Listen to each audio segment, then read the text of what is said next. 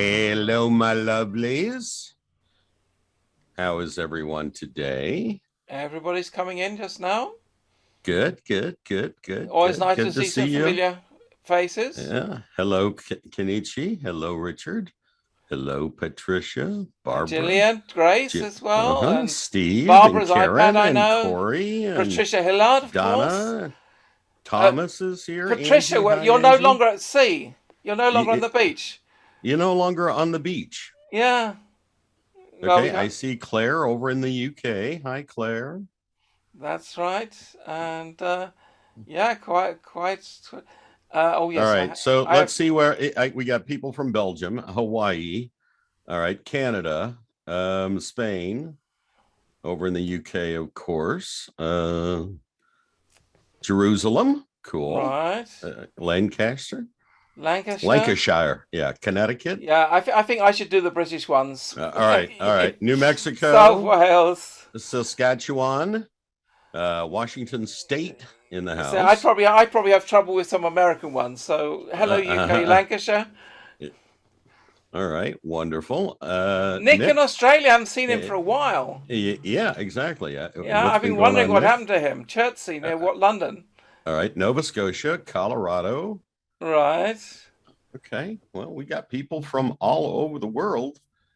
Glad you could That's all join us here today. absolutely yes. It's always great to see people coming in. Oakhurst, south of Yosemite. Yep, yep. That's your Stockholm, side of the Sweden. pond. Denmark. Hi from Marbella. Marbella. Isn't that close to Charlie? Marbella? Yes, I believe so. Or Central Texas. Right. From the lands of fruits and nuts. Hello, California. Lands of okay. Alabama. Fruit cases and nut cases, or is that what it means? Pennsylvania, of course. Yes. Nevada. Nevada. What part of Nevada? I should think. Is it Las Vegas? Las Vegas, Reno, Winnemucca. Okay, I've been to both Reno and Las Vegas. Both very interesting towns. Yeah, I've been to four major cities in Nevada. It's Carson City, of course, the capital of Nevada, Las Vegas, of course, Reno, and Laughlin. And all points in between. Had pretty much driven the entire state. It was a lot of fun. Southern California, where it never rains, right? Well, yeah. According to the song, it never rains in Southern California. But right? I'm not quite sure that's true, though, because I think it does rain there sometimes. Minnesota. Minnesota's up there. Okay. Yep. Mallorca. It's an island in the Mediterranean.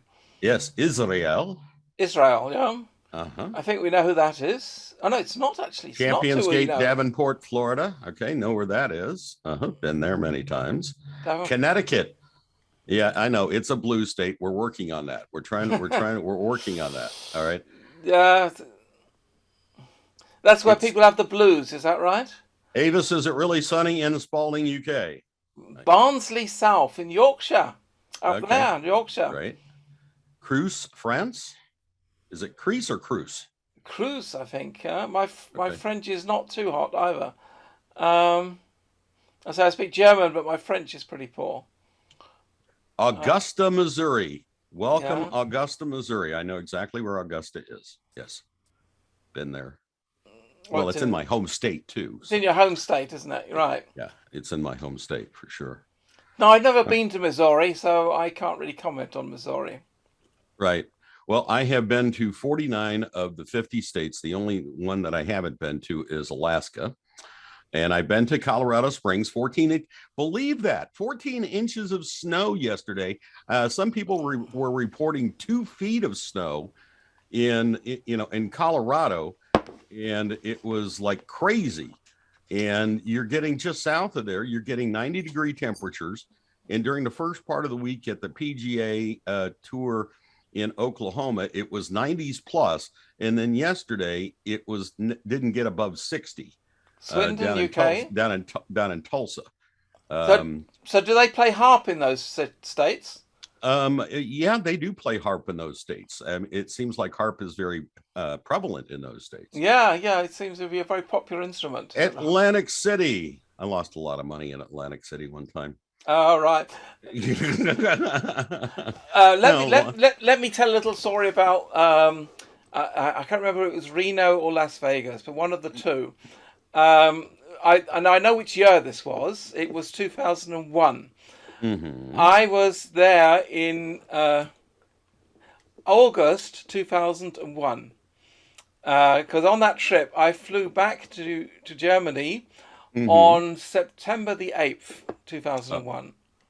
Okay, well, that was my birthday on Oh, 2000. really? Yes. Yeah, Well, that September was, the 8th is my birthday. and Yes, it it was, of is. course, just before the September 11th disaster. Right. So, That was the weirdest day I ever spent in my entire life. On September 11th. I well, I mean, it think for really. all of us, or Well, for for real. But I mean, when I came into work that morning, there was a car impaled into our building. It tried to drive into the basement of the building right. where my office was, and that's what started off the day. And then, of course, the whole, everything that happened after that. But we were only about 5 blocks away from the Sears Tower. We're on Jackson Avenue, there in Chicago. Yeah, it was crazy. It was So really so crazy it was a that day. good idea to get away from tall buildings. Yeah. Well, yeah, especially downtown Chicago at that point. It was nuts. All right. But anyway, I'm glad y'all could Yeah, join us here. that's right. Well, I was just telling the story about. I think Oh, yeah. I'm sorry. I um, interrupted. when I was, I obviously when you're in Las Vegas or Reno, you have to at least try these machines, these one-armed bandit things. Of course. And back then they were more mechanical than electronic, and I just observed because I didn't have a lot of money with me to invest, but I thought, okay, I said $50. If I lose it, I lose it. If I win something, I win something. Yeah? Right. That's what I basically said. The $50 I wrote off before I started. But what I did is I first of all, instead of going and playing with these things, I observed people who are already playing, and I hmm noticed a pattern. So what I did is after observing this for about half an hour, I then went to the machines, put in the first few coins, played it, and then after about 2 or 3 times you get like a small win. Okay. And then I did something based on my observations. As soon as I won something, I took my winnings and moved to a machine which nobody was using. Started again, put in a few coins until I won, immediately take the money, move elsewhere. Because I'd been observing that people were, as soon as they won, they started playing more and more, and then they'd have a long stretch of not winning. And Well, of course. Yeah. I That's worked strategy. out these machines were programmed to let you win relatively soon and then take your money away from you. So I said, I'm going to be one cleverer. As soon as I win, I'm going to another machine. And at the end of the day, I had $500. Right. Yeah. So just by following that one principle, I was quite proud of myself. hmm Yeah. I've been there, done that, and then I've, been like, okay, once I hit a certain point, then I'm playing with the house's money. Then I eat and drink for free the rest Mm-hmm. of the time I'm there, and I don't have to worry about anything. And I figure if I break even on the day, whereas I didn't spend any money, I didn't lose any money, and I ate, drank, and had fun, I'm a winner. That's right. Absolutely, absolutely. I remember in Las Vegas, I was amazed at the hotel rooms. It costs like $50 a night, and you got a room which was like a five-star hotel room in other towns. Massive rooms with several rooms, and it was like hmm $50. I thought, wow, the quality of the rooms, of course, it's all paid for by the winnings from gambling. Oh yeah, most definitely. Yeah. And but you didn't have to gamble. I mean, I didn't do much gambling. Once I got my $500, I was happy, and I just did some sightseeing in Las Vegas. It was great fun. I was taught, I was always interested in the game of craps, and I had an interest in it, and a friend of mine taught me how to play craps, and he's a professional gambler. Okay, you might also know him. All right, his name is Mike Siegel. All right, that if that name doesn't Mike ring Seagull, yeah, isn't that a book author or something? no, no, no. He's a professional pool player, A also pool. known as Captain Hook. He's a left-handed shooting pool player, and he was the technical director for The Color of Money. He was the one who taught Tom Cruise how to shoot pool. All right. He's 9-time World Straight Pool champion, 10-time 9-ball champion. Great guy. Okay. I have one of his signature cues that he made for me and whatnot, but you can look him up online. Mike Siegel, technical director for The Color of Money. But he's a good friend. He's a good friend of mine. Yep. So is The Color of Money now rainbow colored? I haven't seen it yet. The notes that we have seen were not real. They were Federal Reserve notes. Yeah, that's right. Okay. So nobody's actually seen the new currency, or what we're calling tokens at this point. I think it's just a matter of semantics. There's still going to be people in the realm of the universe that will still like to handle cash moving forward. But eventually we're going to go to an all digital currency. I think it'll take about 5 years to really weed out, the paper money, and it will be all digital at that point. Now I heard this rumor, I just don't know if it's true, that the notes will be the same for every country. So that the notes just have numbers on them, and if you're in Germany, you'll call them marks. If you're in France, you call them francs. Or if you're in the UK, you'll call them pounds. But it's the same notes. It doesn't have a word on it. It just has the numbers, and then you can just use them in any country. Right. It would be interesting to see if we do go to a one world currency or something like that, if it has pictures of anybody on it. Like, for example, the British pound has the Queen on it. We have the United States dollars have presidents and things like that on it. But I don't know if moving forward we're going to have those types of things where we actually put imprints of people on the currency. Well, maybe we'll get buildings, or we'll get Trump, or we'll get Durham, or these are saviors, or I don't. Well, speaking of Durham, man, have you seen what's been going on and all of the truth bombs that have been coming out, and people actually turning on the deep state right now? And these are people who are supposed to be for the defense, right? Coming out and laying truth bombs, and I'm like, boy, there's going to be a lot of people get Clintoned here soon. All right. Well, going against Clinton is quite a dangerous thing to do, because those people seem to have short lifespans. Oh, yeah. Yeah. It is totally funny to watch it all implode. And, Durham knows the answers to all of these questions. And what's really going to be interesting is when you see, the makeup of the jury and the judge of the trial and whatnot. And the judge actually ruled against Durham to bring certain evidence in.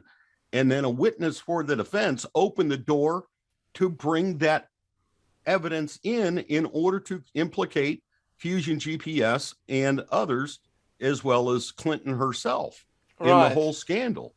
So it was really interesting to see how it all played out. And the judge is actually an Obama appointee. Maybe someone got to him, or maybe he just realized that the world is changing. Right, but his wife was actually on the Clintons. One of her friends was a Clinton aide. Okay, his wife, and then she also worked for Fusion GPS, and then a number of the jurors are actually high-profile DNC donors, right? So it's like the jury is stacked against him, the judge is stacked against him, but he's making headway anyway. It's all starting to fall apart. It really is. So it's exciting times, absolutely. Exactly. All right, we're just waiting for the numbers to build up here in case people came in, but it's 15 after. I think it's 15 after. I think by 15 after we should be happy, right? Yeah, we should be ready to go. So what intel have we got today? Right. Well, this is first of all, the Birmingham video is finished. It's been released. I put it on the website today. In fact, just before this meeting. So for those who've been waiting to see the video of our event in Birmingham, it is now there. It's online, and you can go watch it just after our show if you like. It was a lot of work. I've never had to work so hard on a video before, because the audio was all messed up. That was the major cause of the time delays, because all the audio of the people in Birmingham, which was coming back from Zoom, was so poor that it was unusable. But luckily, the microphones we have built-in recording facilities, so they had their own recordings of each microphone. We have two microphones there. So I was able to use the backup recordings to replace the bad recording from Zoom, but it was a very painstaking job. It was a lot of work.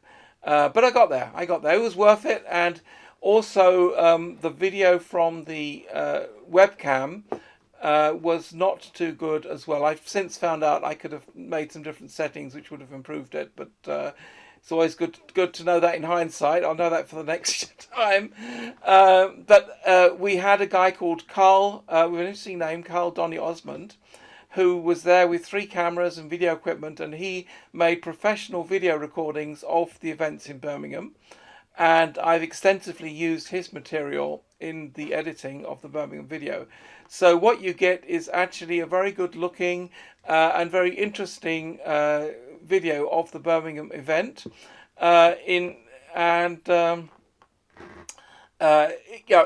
It's totally different. Here you're just used to seeing people on the screen, whereas there you get nice, really full HD, high quality pictures of the people in the room, and high quality sound, and a lot of interesting topics discussed as well. Particularly Derek. I don't know if he's here with us today, but Derek did contribute quite a lot to the show, with a lot of discussions on common law, which he just won a legal case with common law, and he was very proud and wanted to talk about that.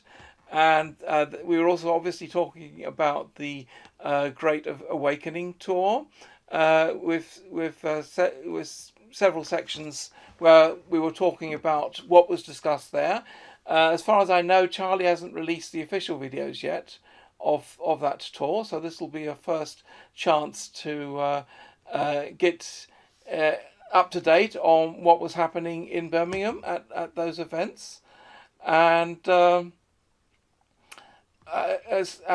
a lot. Now Charlie was not happy that we were going there. In fact, to such an extent that they basically banned me from his event, so I was unable to go to the Great Awakening tour myself. They refunded my £45 for the ticket, and this happened literally 2 or 3 days before I flew over to Birmingham. But I went anyway. Everything had been booked. Why should I not go? And I do talk about this and in much more details on the video. So you'll see that. Well, pretty much at the beginning, I discuss what happened there, and I got the impression from what people have told me that at the end of their show, which was slated for 5, I understand it was about 5:30 in the afternoon when their show ended, and mine was due to start at 7 p.m. I got the impression that they put on a number of extra things so that people would stay there and not come to our event. That's the impression I got. I wasn't there, so it's hearsay for me. So if anybody was there and can confirm or deny that, that we can maybe clear that up. But that was the impression I got from what some people were telling me. So obviously they were keen on stopping our event from working. That led to us, of course, losing a lot of money, because we'd calculated a certain number of seats being filled, which were not filled, and so that financially it was we made a loss. Let's be honest about it, but only financially. I think otherwise it was a great gain. It was fantastic to go there. I met so many people. It was, I walked around the hotel and constantly people came up to me and said, "Oh, are you Peter?" And it was nice and to greet the people and see the people who I've always just seen little black boxes, to see them in real, and and I thoroughly enjoyed being there. I hadn't been to the UK for about 2 years, so it was also nice for me to return to the UK. Although I never lived in Birmingham, I had been to Birmingham several times before, and I did know the town reasonably well. And so, so I think from a human point of view, from an experience point of view, it was a win. It was just that the numbers didn't add up in the end. That's the only thing. Some people have said, "Oh, can we donate towards the cost?" Well, I've created a donate button underneath the video. If anyone wants to donate, you can just do it there. It's up to you. It's totally up to you.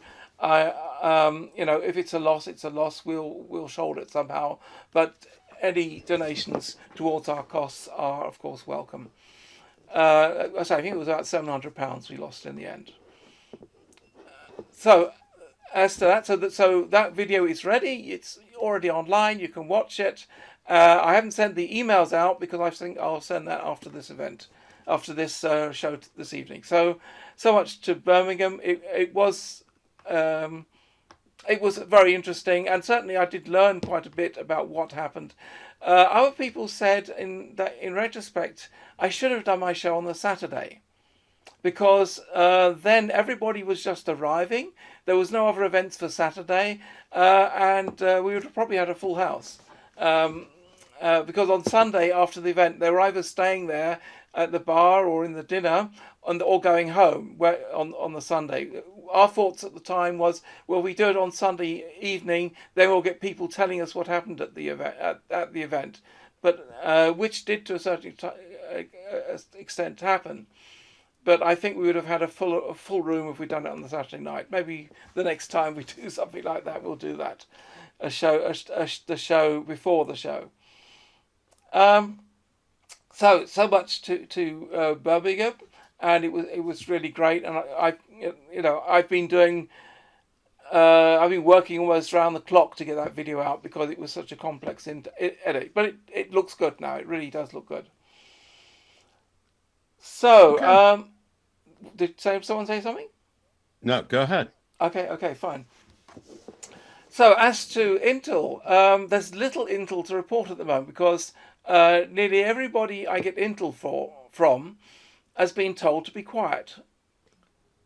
Now, when one of them goes quiet, just goes on holiday, okay, that's normal. But when they all go quiet, you know there's something brewing. So I've been trying to find out if I can get some more information in the background by looking up more people than usual. And so it's very difficult to get reliable information. Apparently the reason is there is something happening in the background which they do not want to warn the other side about. And it's all related to our RV and arrests and banks and things like that. I say it's very hard to find out exactly what they're doing, and I think there's also a reason for not saying it. So I'm not going to speculate because if it's wanted by the alliance that we be quiet, then I'm not going to start breaching that. Although nobody contacted me directly to say I'm not allowed to say anything, but when people like Simon Parks are being quiet and Judy is being quiet and and various other people I saw, I think there's something brewing. What I'm also hearing is that the RV, the revaluation, is slated to happen in the first 2 weeks of June. So that's not long now. It's already the 22nd of June.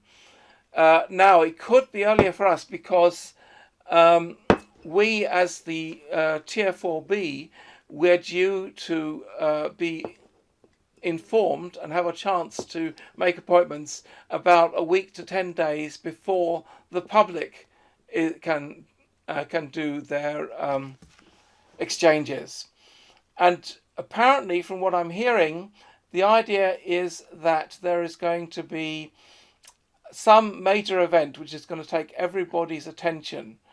It could be the death of the Queen, or it could be some nuclear war type event. It could be something which will get everybody distracted. And while everybody else is distracted, that's when we're supposed to be going to appointments and exchanging our funds. That's what I'm hearing.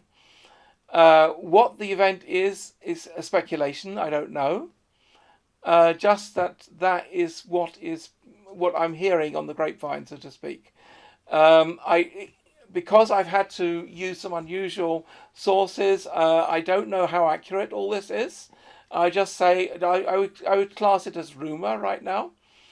But whatever is happening, something is happening, because you're not getting all these people to suddenly shut up all at once when nothing's happening. There's a reason for it, and so I think we're in the end game now. We really are in the end game. Everything is pointing to the end game, and that means that we should soon be able to exchange our funds and get on with our projects. And I think this is one thing we're all waiting for and expecting. And I don't think it's long yet. I think the first 2 weeks in June is what I'm hearing, with Freedom Day possibly being the 4th of July. It's already set up as a day for freedom, so why not use it again? So by then everybody will know. By then we will have won. That's basically what I'm hearing. There's no guarantee on that date. But it would make sense, particularly as 120 days later is when your midterm elections in America are due to happen, and as there's a 120-day period for the voting, it kind of makes sense. So exciting times, but so direct news. It's all I can do is say the last news which did come through, that, for example, the gold-backed Chinese yuan has replaced the United States dollar as the world's reserve currency. I think it's about time that another currency did that, because the US dollar, being the world reserve currency, is what gave all these bad guys so much power to control the world. And nearly all the wars in the past 50 years were started by the United States of America. Now, that's not a nice reputation to have. And many Americans wonder why they are not liked outside of the USA by some people. But if you look at the wars and the things which were done, not by the American people, but by these elite few who have been enriching themselves at the cost of the rest of us. And I think a lot of people realize it's not the American people, because I've been to America many times. They're the nicest people. They're very friendly, very open, and I've always loved my visits to the USA. My brother lives in Florida. Yeah, I will definitely be flying to Florida next year because one of his daughters is getting married, and so maybe one day we'll be able to set up a meeting in Florida. Maybe if anybody here is near Florida, it will be near Orlando. Then we could have a meet up there. I know my brother's involved with the Connecting Consciousness group in Orlando. In fact, he was at a meeting there only last night, and he tells me that quite a few people at Connecting Consciousness Orlando watches this show. So to everybody there, hi from me, and look after Ray. I know he speaks highly of your group, and so that's happening. So what else is there? Not much, really. Everybody's taken a break, and nobody's really been talking about anything. I know Mark Z's been on, whatnot. He didn't, the code man, Mr. C, didn't have anything on Friday. That's right. Yesterday, Mark did more about CBD and THC and things of that nature than he did anything else. There's nothing coming out of Charlie, really. Yesterday, Insiders Club was Miller Lite, no Budweiser. It tastes great, but it's less filling. Right. Right. Yes. Well, he was put on ice. We're all just waiting around for stuff to happen. And like people are saying in here, yes, we're going to have to go through the whole Biden regime change here in the United States. Yes, we are waiting for the Queen to to officially announced to be dead. There's the total collapse of the stock market, which we have been seeing all this past week. It is totally collapsing. Bitcoin is collapsing. We're expecting the rods of God to hit the 34 satanic buildings around the world, including the Three Gorges Dam, the Vatican, Buckingham Palace, the White House, and a bunch of other stuff around the world. We're all waiting for things to happen that we've been told were going to happen, but we've had a big nothing burger so far. But there's too much out there, and like people are saying, we've awakened enough. All right, these people who are out there that are not awake as yet. All right, they're never going to wake up until they actually see something happen on mainstream media that scares the living crap out of them. And it's all coming. It's coming out slowly. I'm seeing news reports where, on CNN, MSNBC, and ABC and whatnot, that they're talking about the Hunter Biden laptop thing. They can't defend Biden's policies anymore. Okay, Fox is running stuff on their channel, whereas they're letting truth bombs come out, continuously, especially Jesse Waters and Tucker Carlson at this point. Hannity, I don't pay any attention to, but Laura Ingraham, on the other hand, does have a lot of stuff that's coming out. Lawrence Jones has been doing some great investigative reporting on the border and whatnot. But you look at people that they're doing interviews with, and they're trying to defend Biden in some way. The people that they talk to on the streets are just talking the talking points. They don't have any opinions of their own. Okay. One woman was asked over and over again about the abortion issue. Okay. Is it okay for a mother to have an abortion up to including after birth? Is it all right to abort your baby 1 year after it's born? Is it okay to abort your baby 2 years after it's born? And all the woman would have to say is, it's a woman's choice. So women can now kill their own children. Yeah, exactly. Wow. And they're totally fine with that. It's a woman's choice to kill your own child. Okay, yeah. No matter how old it is, no matter whether it's in the womb or out of the womb, it's a woman's choice in order to kill their child. Period. All right. Right. And she even said a man can get pregnant. They are insane. All right. Well, you see, can a pregnant man get an abortion? This is the question. That's the big question. Okay, can he get pregnant at all without science? All right. Yeah. But I mean, if he gets pregnant, he may want to have an abortion. So.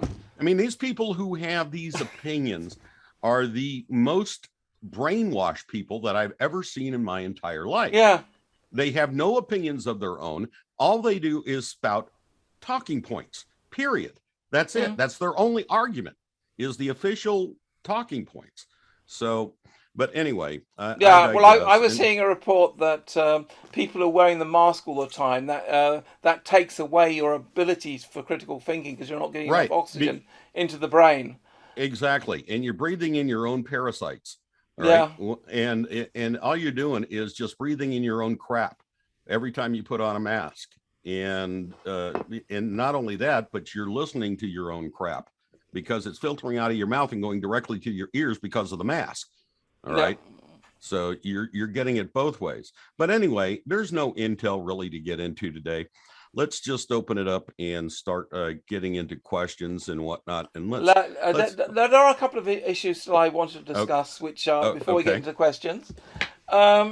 If you look at our website, GESARA QFS, you'll notice I've made a few changes. I've expanded the sections, which we can talk about, and also the where you download the links for the webinars and things has also changed, in that I've called it a subscription area, and then webinars is just one part of the subscription area.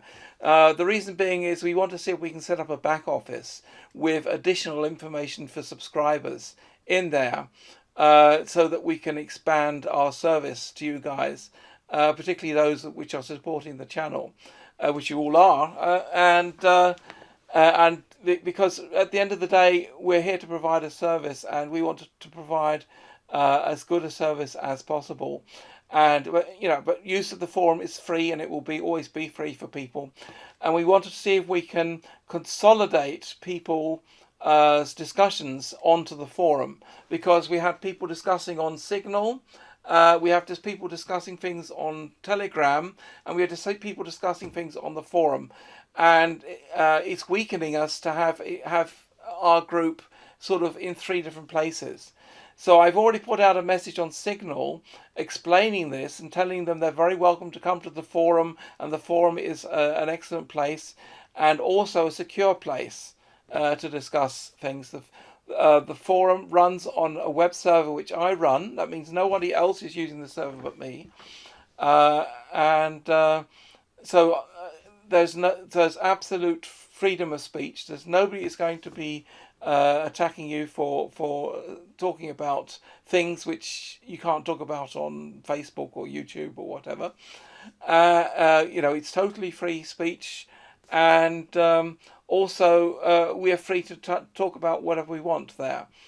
And so I'm also appealing to the people on Telegram. I'm going to be putting out several messages on Telegram, inviting them also to finally come and join us on the forum, and that we concentrate our discussions there. I will be moving my concentration to the forum, because I know I've been posting a lot on Telegram, because that's where simply because I see there's a lot more people there. I think there's over 4,500 people on Telegram. But again, it's just a number.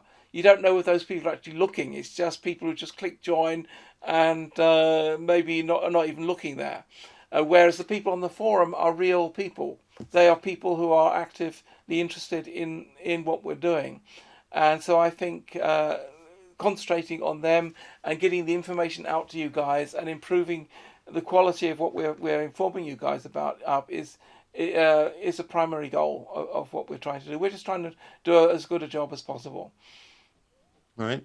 As we concentrate on the forum and whatnot, people are asking Signal. We're just keeping Signal up there. It's not a means of communication really with Peter or I. It is a way for us to get the word out whenever the 800 numbers or whatever is released. Now there's a restriction with Signal, which I actually only became aware of recently, and that is these Signal groups which we're using. They are restricted to 1,000 people. Yeah. That means once there are 1,000 people there, and we're at 988 right now, or at least there was yesterday when I looked, you can't get in beyond the 1,000. Right. But, if the group is one thing. If you want to stay in contact with me personally on Signal, it's just VO Gilles, Gillies. All right. And that way, all you do is we're just making a connection. So we stay in contact with each other. That's right. Now, I'm pretty sure that the forum will be able to stay online, because it's not on any of the major platforms. It's not on Facebook or Instagram or anything like that. It's on its own platform. So there's a very good chance that the forum will continue to exist even if other major platforms disappear. But of course, I'll be keeping the backups ready just in case things go south. But I think I think that's going to be the safest place for us all, and because a forum, I'm totally in control of what can be done there, and we can guarantee free speech there. That's a major thing, without anybody coming and saying you said this and this. I've been noticing this on YouTube. Since I set up this YouTube channel for the videos, I started getting questions like, oh, you're not allowed to talk about COVID or something like that. And I thought, what? I think I may move the channel to Rumble or BitChute or both, because YouTube is just not a welcome platform for truther channels, I think. All right. But let's open it up. Go ahead, Karen. See, you're up first. Hello. Karen Doss, yeah? Yeah, got to unmute. Yes, hi. Hi, Karen. Good morning, everybody. I have a couple quick questions. I just want to continue with the Bud Light situation. Yes. Because I did watch a rerun of that, and they talked about that they aren't going to be sending out 800 numbers. They mentioned something about that. I'm going, wait a minute, then how are we going to be notified? We So I was a all little right. When we say yeah. 800 numbers, okay, that is just take that as a metaphor. Tomato, Caribbean, whatever. All right, we're going to get the word out somehow, whether it is an 800 number, a website that we all need to go to, or some sort of communication. All right, we're just calling it 800 numbers just to make it simple. Okay. Yeah. Okay. But as soon as we however know, do it. as soon as we know, we're going to do everything we can to inform you guys.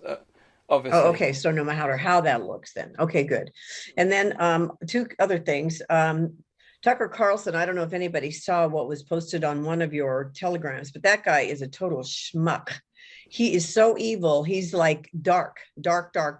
And you guys, somebody posted it. I don't know if it was on your telegram or somebody else's, but people need to know he is a plant and he is not the good guy. And I was totally disappointed when I saw that, and it showed him actually talking about things and covering up stuff. And he's come from wealth. So he's been an implant. So everybody should know that. Number one, two. And then the last thing I wanted to talk about was, Charlie did mention that every country is going to do their own evaluation. Do you think that'll all happen at one time, do you think? Or do you think that'll be I think it's got to happen at the same time, because we all do commerce with each other internationally. So I think the switch over the currencies has to happen at virtually the same time, because we're moving from fiat currencies, which will then become worthless, over to asset-backed currencies. Now, you could argue we're already in that situation because Russia, China, BRICS countries are already on the gold standard. And it's just our countries like USA, Europe, Australia, who are still on the old fiat country. I think it's 35 countries which are still totally on fiat currencies. So, but I think in the end of the day, once the reset has happened, then fiat currencies will be no longer. We all have to be on the new system, and I think that's been part of the reason it's been delayed so often, because not every country was ready. But as I understand it, there's this standard international standard organization, ISO, a 200-2 standard, which every country has to comply with, and and I think the last country has now complied with that standard, which means that we can now move forward. I think Iraq was the last country to switch, and we can now move forward, and that's why I'm hearing it's going to be the beginning of June when this happens. Yeah, that's what I was hearing too. So thank you guys very much. All right, thank you. Appreciate it. As to Tucker Carlson, I mean, I've seen him quite often in the past. He always seemed to be one of the most straightforward guys. One of the guys. I know. I know. I'm so disappointed. But whenever I look at things, I take things into context with other people and what they are saying as well. I'm not just getting my news from one source. I'm watching on a daily basis CNN, MSNBC, ABC, CBS, and also Fox, OWN, Right Side Broadcasting, and Real America's News, and following up with what everybody's having to say. And the people who are dropping the most truth bombs at this point, as far as mainstream media is concerned, is on Fox. All right. There's a few others on CNN, and MSNBC that have been coming out with little driplets of stuff. But as far as the major truth bombs are concerned, it's on OWN, it's on Right Side Broadcasting, it's on Real America's Voice, and then Fox, as far as a few analysts are concerned, including Jesse Tucker and Ingram and a few other hosts on there, where they're slipping in things via the construct of the mainstream media. They're trying to hold on to their jobs at the same time they're trying to do things to get out information as best as they possibly can. All right, But without what I being saw with totally taken Tucker, off the air. But what I saw with Tucker was an actual interview that someone was interviewing him, and he was trying to slough off the Twin Towers. Then he actually called the guy a name because they kept asking questions about it. I mean, Right. it was I've seen the same really, video. I've seen the same video, but what he's trying to do yeah, is he's trying to not get caught up in all of the conspiracy theories that are out there that people keep trying to draw him into. All right. He can't have that opinion like I can. All right. And still be on Fox. Yeah, I can understand that. okay. All right. Well, I All have right. a different opinion. He's playing a role right now. Okay. Yeah, so many people are. So okay. Yeah, Yeah, but I mean, exactly. there are certainly people who are much, much worse than anything Tucker Carlson could do. I say the majority of what I've seen from Tucker Carlson has been quite good. He's been Right. And they've said um, this. They've said the same thing about Flynn. They've said the same thing about Lynn Wood. They've said the same thing about Trump. They've said the same thing about many different Yeah. personalities that are out there. I guess And it's like time will tell. it's like what is in your heart, what resonates with you, all right, versus everybody else's opinion. Okay. the one news channel which I found to be very good is RT. Russia Today. Mm-hmm. Oh yeah, Russia's honest. Yeah, they're honest because they're not part of Operation Mockingbird. They're free Yeah. to actually report what's happening. Yeah, Exactly. what a concept. So Uh, why are they censoring RT? Well, Okay. because they don't want people to know what the Russians are really doing. That's why. Yeah. Exactly. It's being Yeah. heavily censored everywhere. I mean, here in Europe, I used to get RT on my German cable TV, and I used to get RT over the UK. I get UK television over Sky, which is a satellite broadcasting system. Both of them have been Okay. removed. RT is no longer available on TV. I can still go to the website, rt.com, and see their news feeds there, but they've been totally removed from mainstream broadcasting here. And All right. But Amazing. Thank you, Karen. Thank you so much, you guys. Cajun Girl.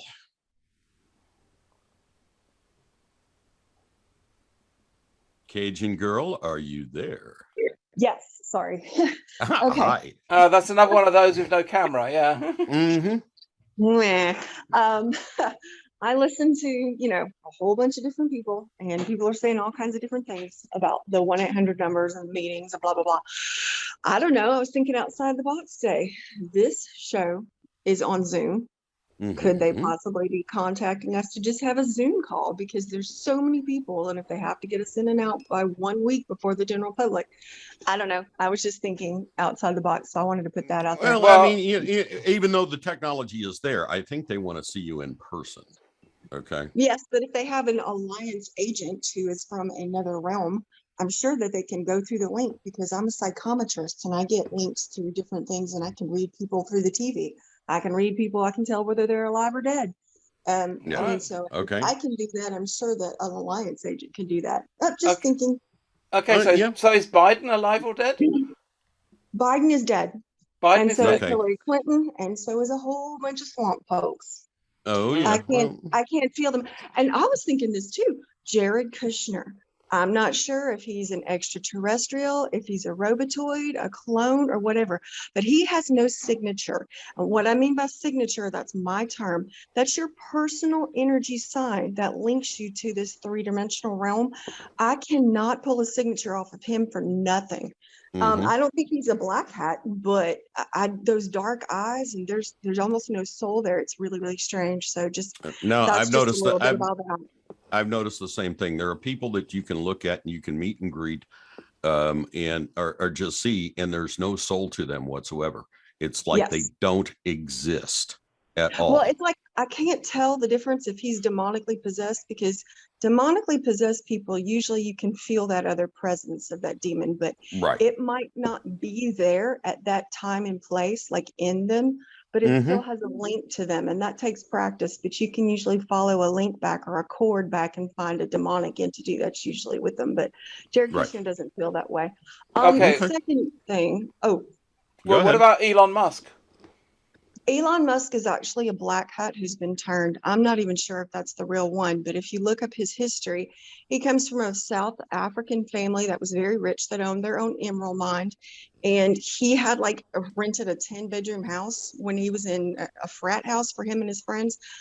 He is very, very, very black hat. And just look at him. He looks very black too. But He might he's have been turned, you're saying?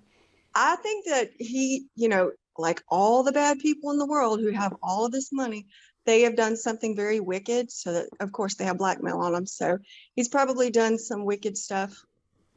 So, and so he was trying to stay alive. Yeah, that makes sense. That makes sense. But thank you. Appreciate it. I have another one. Yes. Okay. This is about, I don't know what you think of this. I'm not sure. I haven't finished researching it, but about the whole snake venom is what caused the whole COVID thing. I have a personal experience. I live at home and we have an artesian well that comes from a river. So we have very, very, very pure water. And my son came home very sick and was sick for days. And I did not want to take the PCR test crap, but his grandmother took him and got him tested. And you know how that is with the 40 cycles. So anyway, they said he had it and he was deathly ill with 101 temperature for 8 days. My husband was taking care of him and was like, I'm fine, I'm fine, I'm fine. My husband comes down with it. Now he works at Home Depot, so I'm sure he could have gotten it from water there. But me, I got it too. I don't drink any city water. All I drink is my water. So if it's snake venom, how the hell would I have gotten it? We were deathly ill for like 8 days. That is a good question. Have you ever seen Batman Begins? No. Okay. In the movie, the entire premise of the movie is pouring a venom into the water system and then making it aerosol with an EMP. Okay. Okay. That could have been predictive programming, just like the movie Outbreak with Dustin Hoffman was about monkeys. Okay. Yeah. And monkeypox and everything else. That's right, They have to tell you first. Okay. And the way they do that is through our music, our movies, or television shows, literature, however they can get the word out, but that's how they do it. But my water comes from an underground river. That's like 30 miles deep or something. Yeah, but if they get to the source of the river and whatnot, they can actually pour the venom into it. How many people in your area draw from that same river source? And it might have been in something else. For example, it may not have been in your water, but maybe you were drinking wine or juice or some other liquid, or maybe even some foods where it was put into. It doesn't have to be fluid. So you really ascribe to the fact that it's snake venom? Well, I think it's there's a poison that they've been poisoning. There's a poison that everybody's been that they've been putting into things. And chemtrails too. I know what they do. So. Right. Yeah. Exactly. Okay. Thanks. All right. Thank you. Appreciate it, Boris. Hello. How can a man named Boris have the Golden Gate behind them? You live in San Francisco? It sounds like we've got bad very connection poor there, audio. Boris. Yeah, very poor audio. No better? A little bit. Go ahead. Repeat your question. I have only one question. I have Vietnam Dong, and for that you don't need preparation on paper or something like that, right? No, you don't have to have an appointment to trade in Vietnam Dong or Iraqi dinar or bolivar, or the Venezuelan bolivar. The appointments are for Zim holders. Yes, but you can get a better rate if you go to an appointment with those currencies. Right. You don't have to, but you would if you have a project in mind that to do with the dong and the dinar or bolivar, then you may get a better exchange rate if you have an appointment, but it's not necessary. Okay. All right. Thank you, Boris. Jim. Yeah, can you hear me? Yeah, yes, go ahead, Jim. Yes, Jim. Okay. I was just wondering, July 4th, they're saying that's a possible military law day and everything. And I was wondering, there's going to be thousands and thousands of people out traveling. Are they going to give them a day or two to get home? Or how do you think they're going to handle that? And a few of my National Guard guys were told not to be taking time off or leaving town July 4th that week. That is correct. That is a big travel day for a lot of people. Okay. Whenever things come crashing down, I think it will probably happen before that, that they'll shut down the planes, trains, and things of that nature so that they don't have as many people out when all of this comes crashing down. Okay. That is my feeling. Okay. Does that make sense? That makes sense. Yeah, that does. All right, that's all. Thank you for both of you for all the great info and the funny bits in there and everything. It just livens the show up. Yeah, we do our best. Appreciate it. All right. Thanks. Doreen, go ahead and unmute, dear.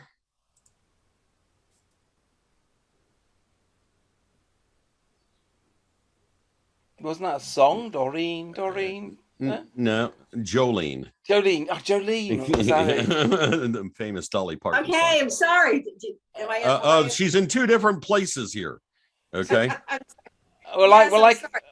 can just see the one with two different Doreens. I see a Doreen D'Ambrosio. Well, at least I can see a ceiling. And then I have a Doreen Burtonshaw. Yeah, my quick camera is off. So I just want a quick question. I'm going to be away like the 1st to the 5th of June. And we've been waiting for this forever. Yes. And now the one time I had 4 days to go away and now it's going to come through. So will we still have time? I think it will have happened by then. We'll have exchanged long before the July. No, the 1st of June, June 1st. Oh, the 1st of June, yes. June 5th. Yeah, as I understand it, there's going to be a 10-day window where we can get appointments. So it's just a matter of calling in that time. And then once we've made the appointment, we'll have 30 days to actually go to the appointment. So obviously we have to then arrange a time when we can go to wherever we need to go. Okay, also to, everything like Mark Z is on Telegram and whatever, but how do you, when I watch Mark Z, I watch it on YouTube. Do you have to belong to his channel to get to know what's going on? Because he's on every day. He's on every day, that's right. Well, he broadcasts on YouTube and it's just a matter of watching him or watching summaries of his sometimes we often put out summaries of what he's discussed on his show. Yeah, I see it on your Telegram, so I see that. So usually I watch him during the day. So those videos on YouTube. Yes. Do you have to subscribe to him? No. Anyone can watch it. Anyone can watch that. So if he comes on and say, okay, he's got his gold hat on and this is the number, we can go forward because he's the only one that's on every day. You guys are on twice a week and I'm here twice a week. Believe me, if something happens, we're going to be on the same day. We'll be on the same day. Okay. We're here. It's just a matter of processing. We're doing 2 days a week. You guys see us for 3 hours or something, and for each show, I'm working like 6 or 7 hours, or just on the editing and releasing of the video. Probably even more than that sometimes. Okay, I'm sorry. Go ahead. I apologize. So there's only so much you can do and still have a life in a week, Yeah, but obviously, if anything major happens, we're here. We'll be reporting. Okay, and will you notify us via our email like you do for the Zoom call? When something happens, we will be talking on Telegram, on Signal, on email.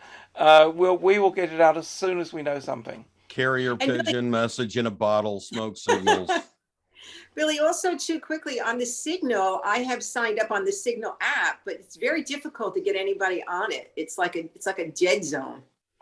Unless you either have to know the person, how they're described on Signal, or know their phone number. Okay. Oh, okay. I wasn't sure. Or have an invite link like we have put out.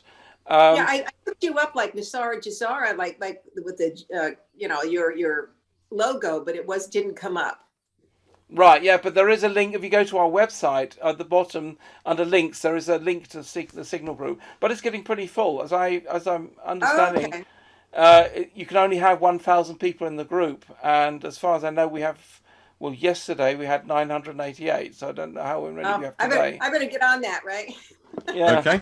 All right. But thank you, I Doreen. appreciate everything. You're wonderful. Thank you. You're welcome. All right. Let's go to Steve. Hello? Yeah, Steve, go ahead. Hi, Steve. Hi. Yeah, I've got a question here. It's sort of a bit off topic, but it's about the GMIE utility website. Have you ever heard of that? Yes. GMIE. Yeah. That's where you find out how many times your social security number has been sold around the world. Exactly. Yeah. I checked mine a few days ago. It was on Tuesday, and I was shocked. I mean, it was something like 396,000 times. Yeah. And some people, they're over 1 million times. I mean, it's crazy. Yeah. The thing is, I checked it today, and it had gone up by about 2,000. Yeah. So in that space of time, they're trading me 300 or 400 times a day. Yeah, you're obviously popular. Yeah, it's just the crazy thing is I don't get any benefit from that. Other people are. No. Well, you need to reclaim it. You need to reclaim we it. all do. Yeah. Yes. Exactly. But if anyone wants to check it, it's very interesting. All you do is put either your social security number in the search engine or your national insurance number using spaces, and all the results come up. Yeah. Well, it's amazing to see how many times your stuff has been sold around the world. Yeah. And it's all based on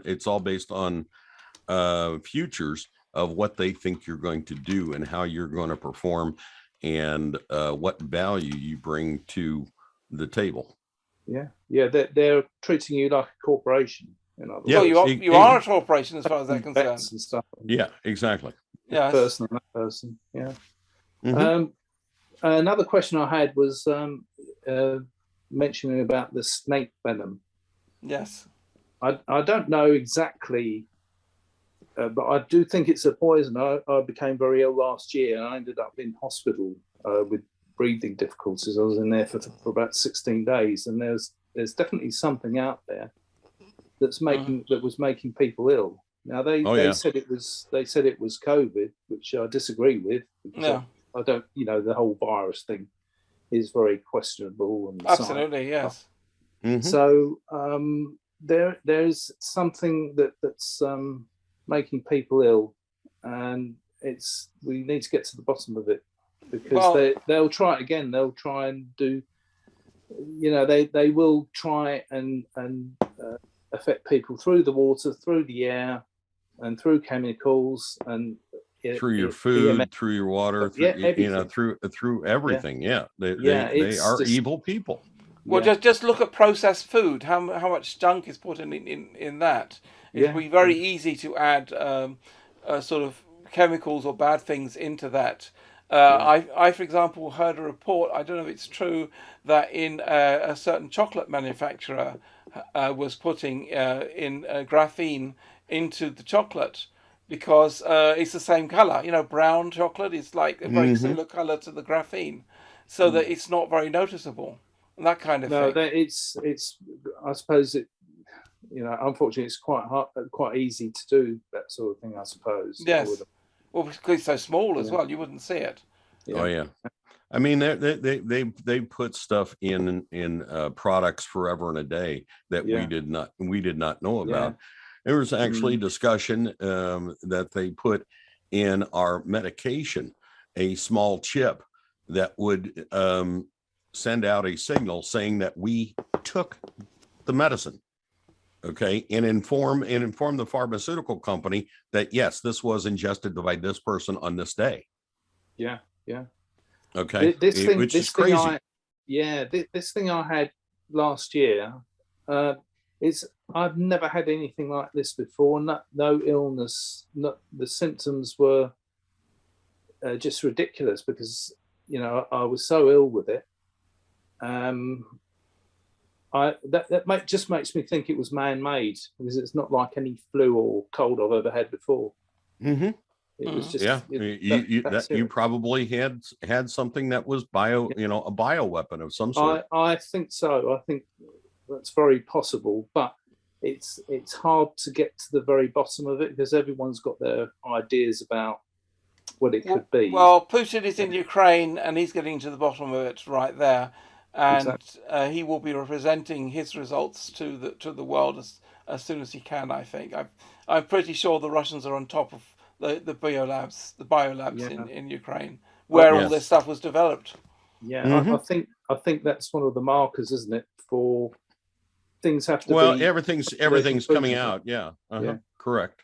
So maybe, I don't know, hopefully it will kind of get resolved very quickly, and other things, and then because I can't see them going forward with a revaluation of everything if there's still wars going on. One of the conditions is that there must be war. Right. Yeah. That's one of the conditions of GESARA. But I think Putin is pretty much finished in Ukraine.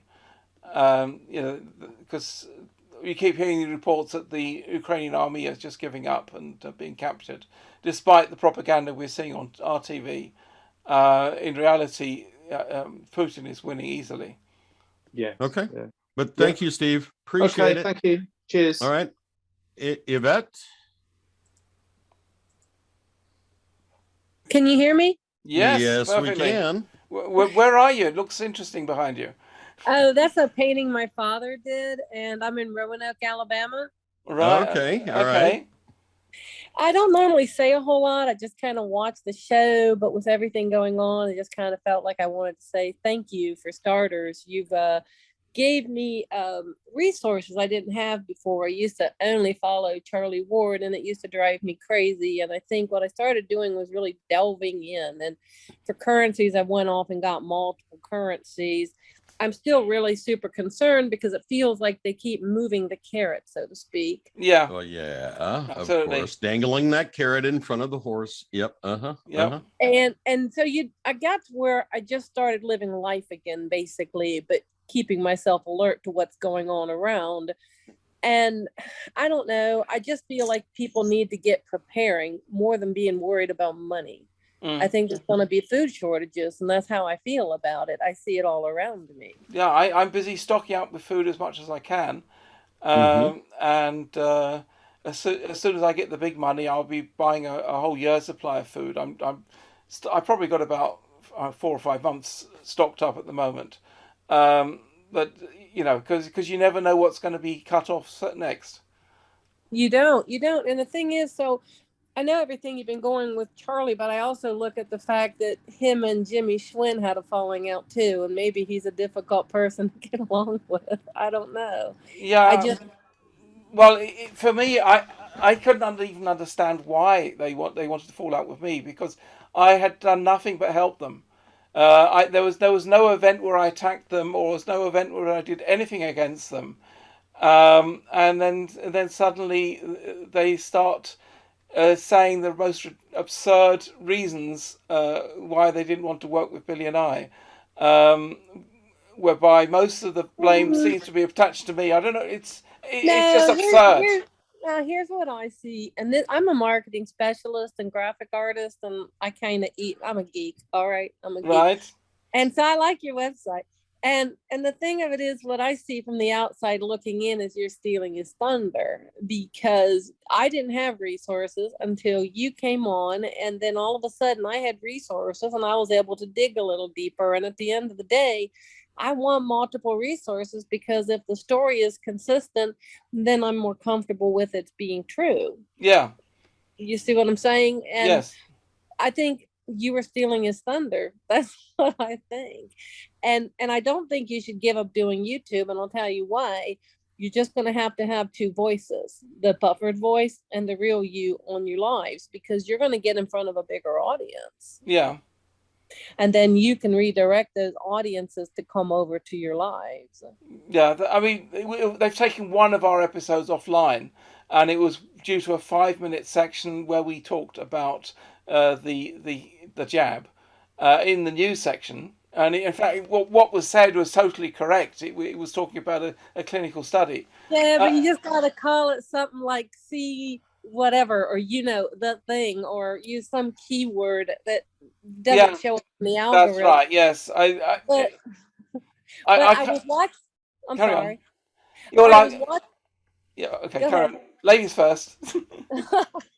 I was watching Charlie yesterday, and I will say I've never seen a person quite so excited. I have never seen him quite like that. Right. And that brought attention. And I know everybody's saying it's quiet, but I don't think so. They're not saying nothing is happening. They're saying just not right now. Back to the day carrot. And I think a lot of stuff's going to happen over the next 2 weeks, but let's face it, they got a lot of organizing to do. When they launch this thing, it's organized with millions and millions and millions of people. So the devil's in the details. Yeah. I think the fact that they've been telling people to not report means that major things are happening and they just don't want it made public. Correct. Yes. So I think it's just a lot of things happening when we're not allowed to talk about, which I fully understand. I think it's like Christmas. We're like on the day before Christmas Eve, and we know the presents are there. We can see them under the tree. Exactly. We know it's going to be a wonderful day when we open those presents, but we can't open them yet. We have to wait. Well, and I keep bouncing between 3D and 5D basically, and my husband, he's just on 110%, and he says, "Ye of little faith." I have plenty of faith, but I also believe we have to live our lives, and we can't live in panic or fear, and that's not going to help anybody. No, if all you're going to do is cower down into a bunker, and sit there and wait for a savior to come, you're doing the wrong thing. You have to get out there. You have to get involved. You have to pay attention to to what's happening, and you do have to live your life. You do have to have fun. You do have to get, you just can't sit there and go, "Oh, woe is me, please come save me." No, God helps those who help themselves. And you'll notice that we don't do fear at all. Right. No, just keep up the good work, because by sharing all these resources, you're doing good, but don't give up on you. Oh, no. Okay, we'll keep it up. I say, I've always said you can either be fearful or you can be happy. So we concentrate on the happy.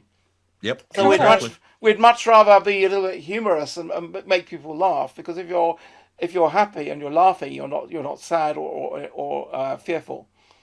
But but in regards to currency, I got the Bolivar,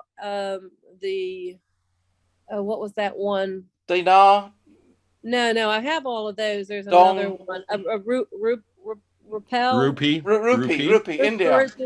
Yes, and so my feeling is I don't think everyone's going to fall in line. I think some people are going to go quicker than others, and my theory is I just need money to live on so I can keep moving forward. So I went and got very diversified. Yeah, it's good idea to have many different currencies. I've got several currencies as well. Right, Yvette, thank you very much. Appreciate it. All right, you have a blessed day. Gaydon, go ahead.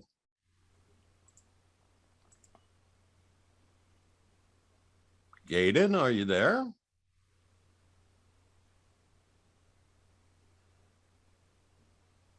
Doesn't seem to be. 3, 2, 1. All right, let's go on to Ed. Ed Arnett. Go ahead, Ed. Yeah, can you hear me? Yeah, go ahead, Ed. Hey, yeah, I was reading on your Telegram post yesterday, and it went down and it had a One Love Society thing by by Ron Giles. Yes. I read in there, and I'd like a little clarification here. You get 3/4 of the way down, and it says keep in mind that redemption of the Zim bonds will only be done by the Alliance vetted humanitarians. I understand that. No one really knows if they're vetted until the humanitarians go to their redemption appointment, where there will be either a Zim redeemed or not. Humanitarians will not receive any money. Most SKRs will not be funded. That's just the way it is. Mm-hmm. I've been aghast by the gurus who talk about people getting $11 or $10 million, $10 million whatever for the 100 trillion bond. And then he goes on to say that those people that are promoting that will be treated like politicians. I've had 4 heart attacks since November and 5 stents put in. I'm not in very good physical shape. How am I supposed to, survive if I don't get any funds if I'm working on a project? Well, med beds are coming, and once you can get on med beds, then your heart problems will be over. And as Well, I yeah, think, but that might be a year down the line. no, I think people with projects, particularly in poor health conditions, will have priority onto the med beds. Okay. Then on the other thing, it said the people that have projects, they will receive no money except for the project. That's No, what it said in the article. that's not what I'm hearing at all. What I'm hearing is you get 30 million per 100 trillion ZIM for your own personal use, and the money you need for your project comes on top of that. They're 2 separate things. The idea is that you don't need to earn a profit on your humanitarian project because you've been paid the 30 million for your own living expenses. That is your profit, and then you should not make a profit on the project you're investing in. Well, I was just reading right straight from the article right here, and it says, I've always been aghast by gurus who talk about people getting 11 million for every 100 trillion ZIM bond. That isn't the way the alliance will work. Guess who has the money and will do the redemption? The opponents using the alliance agents. Alliance authorized banks will do the exchange for dinars and dongs, but it doesn't mention anything about anyone getting anything just because they have a project.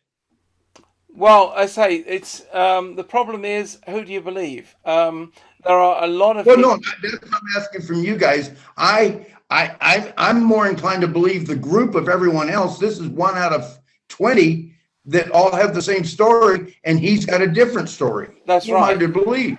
Well, you have to take whatever you read and whatever you hear from everybody with wisdom and discernment, and take what resonates with you and leave the rest of it behind. You can either go off on a tangent with what Ron Giles is having to say, which I don't agree with everything that Ron Giles has to say. I don't agree with hardly anybody 100%. All I do is I put things together in a mosaic, and I try to piece it together as best as I possibly can, and then try to convey that message to people out there from what I formulated together. Now, I encourage, I'm not saying I'm right about everything. There's no way I can be right about everything. That's why you all have to do your own research and find out what you believe to be true. Okay, take several different sources. Put them together, put the pieces of the puzzle together, and paint the beautiful picture for yourself. Yeah, but what Ed wants to know is basically what, how much credence do we put to Ron Giles compared to the others? Exactly. And to be honest, Ron Giles is someone I'm aware of, like, on the side. I don't give him as much credence as I give other people. I'm aware of him. I've read his website. I've read his works. But I'm not sure that everything he says is correct. So it's just one of many sources. And I think a lot of what he says is good. But I wouldn't take everything to the bank which he says. Okay. Thank you. I just want some clarification, because most people, or most of the guys like you guys, will say, well, look on the One Love Society, they give a good breakdown. And then he throws this one little part in there that just goes against everybody else, basically. Well, you got to wonder why he would do that. I think he's trying to protect himself in case things do not go the way people are saying. So so that he can say, "Oh, I told you so." Yeah. I think it's just like a security or an insurance for himself that he's saying that kind of thing. Okay. I was just, because you guys have referred to him, Charlie's referred to him, Mark, everybody's referred to him. Well, yeah. So I didn't. And we've and each of us have said, we've seen what Ron Giles has put out there. Do we agree with him totally? Mark Z says, I don't put much credence in what Ron Giles has to say. Yeah. I've seen Charlie actually say, I don't put much credence in what Ron Giles has to say. All right. So it's like you can read a bunch of different stuff and then you formulate your own opinion. Okay. Yes, and that's what I'm doing. I was turning to you guys because he didn't match the rest of the intel. That's right. I kind of weight the various people. Like Mark Z, I put on a very high level. Mark Z has got a lot of credible information. Ron Giles, if Mark Z was 100%, I would put Ron Giles at about 60. All right. But what other people are having to say, I don't want to get into an argument about. It's out there.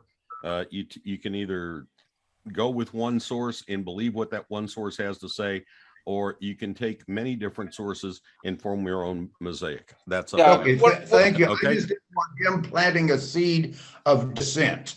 Yeah. Right. What I normally try to do is when someone says something, I try and background check what is said. And from that, I can value the quality of what is being told. If what someone said checks out to be correct, then that increases their credence. If they say things which don't check out, and in reality something else is true, then that reduces their believability. That's how I do it. Yeah. I agree with you guys. He threw that in there, and I just that doesn't sound right. You guys are quote an authority to a point, and so I thought I'd ask you guys. Yeah, why not? We're here.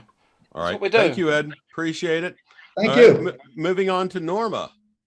Hello, Norma. Hello. Hello, Norma. Someone from the UK for a change. Yes. I just wanted to comment about the water. Yes. Someone sent to me a video made from a Swiss engineer, where they say graphene oxide in San Pellegrino water. Mm-hmm. I've heard several different things from different sources about water and bottled water and things of that nature. There's some people who swear by certain brands of water. The most purest that I found here in the United States is Ozarka. That's the water that I particularly have. You stay away from the Fiji water, stay away from the Evian, stay away from Perrier, things of that nature, because those big brand names have nothing but junk in them. Yes. And especially don't trust anything that says smart water. Smart gosh. And also because I am the one that take all the labels. I don't have in England everything. I don't know if the people notice, but everything has calcium carbonate, iron, acidity. I mean, why they are adding these things? We have to have the right to choose if you want this or not. And the calcium carbonate is goes to the pineal gland. Yes, that is correct. Everything, everything, the flour, the biscuits, the bread. I try to find bread without. I ask every place I go, and also the seeds. Yeah. Mm-hmm. You mentioned, Peter, that there is no in Europe. There is no GMO, no modification. Well, officially not, no. But what happened with the seeds?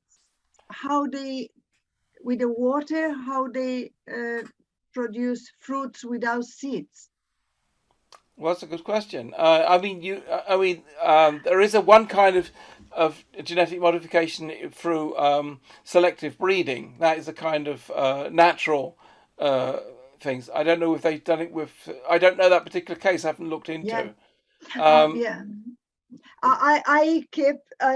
I'm keeping, if I buy organic food or organic fruits, or I try to keep the seeds, because seeds are things that soon we will not see anymore. Yeah. But with the new system, I hope. But yes. Yeah, this is. And I think when we're storing food, we should also see if we can store seeds as well, so that we're able to grow new food in the future. Yes, I have everything, but a little amount. But if everyone does that, yeah, that's right. Nice. I just hope so the money I comes in invite soon. you to do. If a natural plant, I have apple trees in the garden, only apple, and then if I buy something organic and have seeds, I try to keep. It's just the only thing I wanted to know. And thank you for what you are doing. You're very welcome. You're very welcome. Thank you, Norma. Let's go back and see if Gaydon is there now. Gaydon, are you there? Yes. Sorry, I couldn't get to the unmute button before. Okay, that's all right. All right. Okay. I heard. Have you all listened to David Straight? Yes. Because I put in the chat a link. It was a very interesting interview, and also Trumptastic. Well, there's also Trump. Well, there's Trumptacular as well, and actually David Mahoney does a thing with John Dowling on that interview. Yes. And he's very interesting. And he said that John Dowling says that you can put in U.S. in a search, usbanklocations.com, put in zip codes, and it'll tell you which banks are Basel III compliant. That's interesting. All right. I have not seen that website, so. Okay. I also saw where I think that he said the same thing, that you can go to the U.S. Treasury website and you can actually, they talk about redemption somewhere on that website. I just hadn't had a chance to do it. So so I thought that was interesting. Somewhere on that website. All right. I haven't seen either of those. So I can't comment on that. And Mark Z has encouraged us to sign up for the free newsletter from Dinar Recaps. Yeah, which is freely available. Yeah, I'm signed up to that. Yeah. And he said they're going to put 800 numbers in on that site as well. Well, I think the 800 numbers will be everywhere. Well, I mean, they'll put them out, and we'll get them. However we get them. Everybody's going to be putting them out. That's right. I mean, I certainly look every day to see what's happening, because obviously if something happens, I want to be able to tell you guys about it. Right. The other thing is, and I can't seem to find it. You all are familiar with Elena Danon? Yes. Somewhere apparently in the last couple of days, she's been beamed up to the Galactic Federation. That was actually an old interview from 2020, I believe. Okay, that she reposted. Okay, about her meeting with the Galactic Federation. And I revisited it, but it did actually say September of 2020, I believe, was when that was originally released. Okay. Well, I heard someone say, I guess it was on Mahoney's after party, that it was in his chat. This guy said that she just put out that the Galactic Federation has been activated, that they're on their way here to help us.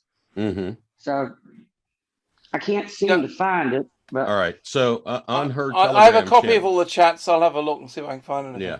On her Telegram channel, the most recent stuff that says great confirmation of my experience on board Thorhand's craft on the night of November 9th, 10th, 2018. Then there's another one that she puts out there that talks about the live in a strange realm. That was from 5/21. All All right. And then there was another one that she put out that said communication she had with Mira on this was done on May 21st of 2020. Okay. You know, so she's jumping around quite a bit. And, you know, and I'm looking at, you know, the different things and I'm watching the different things, but I haven't seen anything recently from Alana that suggests she had gone up. But we'll see. Okay. Okay. All right. Thank you. All right. Thank you, guys. All right, Jack. What is going on, guys? How you doing, Jack? Where you at on the road? I am coming into Nolens. Nolens. Yes, sir. We had some very nice my sister by the way, my sister's doing much better, thank you all for all the prayers and everything.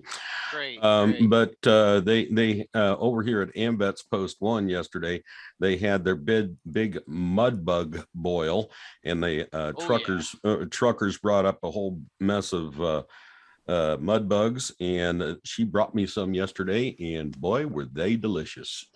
Yes. Cajun spice, get those mud bugs. All right, so what you got for us today, Jack?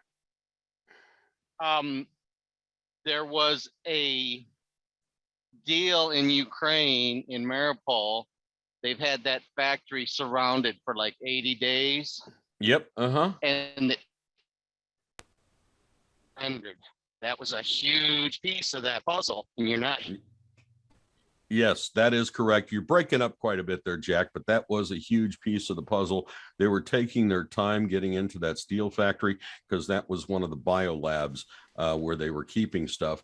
They were being very, very careful to strategically take everything out so that they didn't release anything on accident. Okay. But that's where that is all at. Jack dropped off.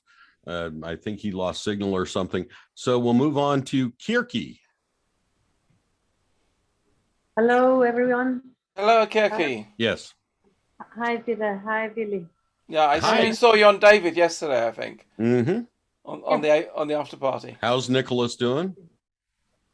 I'm very stressed, and this is why I was asking about the possibility of getting information about the medbeds that I heard that they are with the Navy in Greece.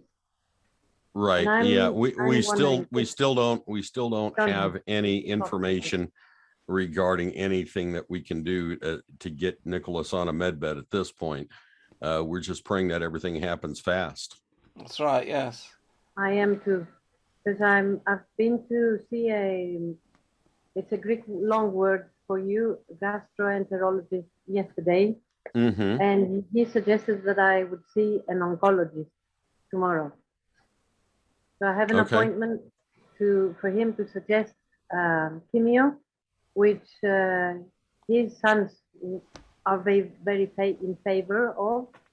He doesn't know, and I'm very stressed out how it's going to be taken in, and because every little thing is getting a reaction of anxiety and pain and things. Okay.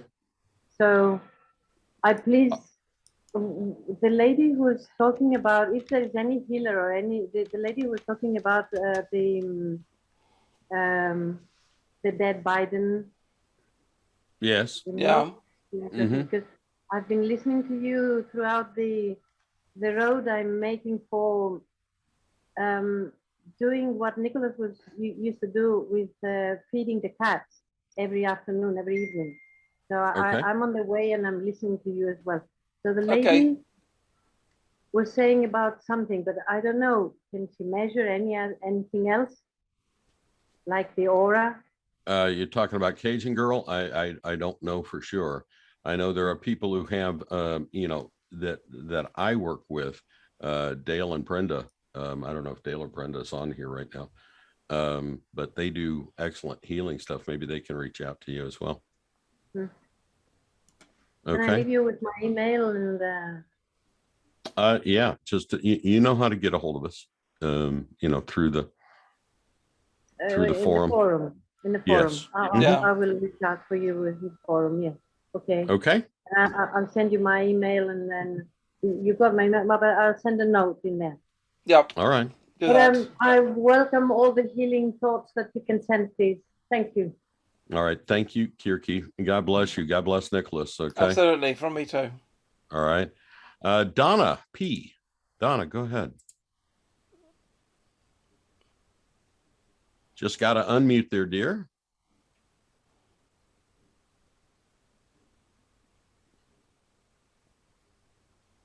Okay. There you go. There we go. There you go. How's it going? All right. The other day you were talking about we were going back to the original Constitution and that 36 states were needed to pass for the new 38. 34, but we got 38. Oh, 34, but we needed 38. Okay, No, we got 38. We got 38. Okay, well, I posted a little something on Facebook saying, yippee, we're a new republic now. And a couple of people were on there, they're saying, well, we've always been a republic. You know, what are you talking about? Technically, yes, the 1776 Constitution establishes us as a republic. Okay, a democratic republic. Okay, and so how do I differentiate between the original and the new? Is there something significant that I could say that to better explain what the benefit is of today's? Well, I would refer you to the original Constitution, the Bill of Rights, and things of that nature. There are 4 documents actually, okay, which include the Declaration of Independence, okay, the Constitution, right, the amendments to the Constitution, right, and the Bill of Rights. Right. Okay. And then and the thing that changed it all was the Reform Act of 1871 by Congress that was done illegally, okay, which placed us under admiralty law and established the United States of America Corporation. Okay, so that is now gone. That has been rescinded. Yes. So we're back to being an original republic. Republic. Correct. The Reform Act. Is correct. that a better way to say it? Right. So and also Donald Trump, when in 2020 did re-sign the original Constitution, okay, restoring the republic, okay, and he signed that on July 4th. So do your research and look it up, okay. Donald Trump signed Restored Republic July 4th, 2020.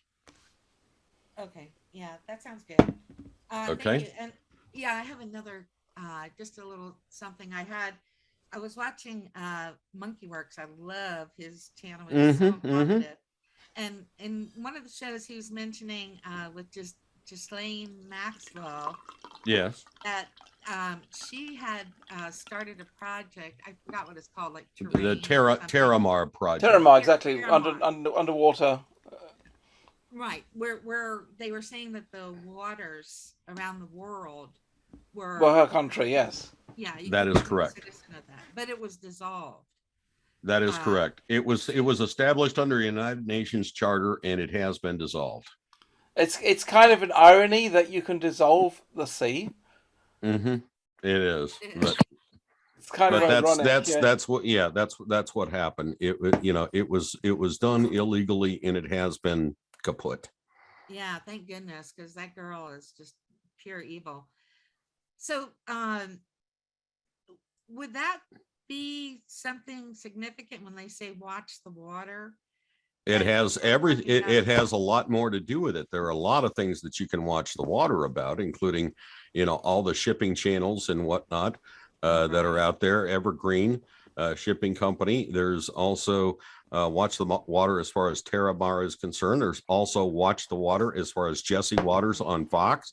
There's also Watch the Water as far as the water having venom in it and whatnot. There's a lot of things that could be construed as watch the water. You got to remember, in the Q drops, there was not just one specific thing. Everything has multiple meanings, and some of it is actually mirrored, reversed of what we think it actually is.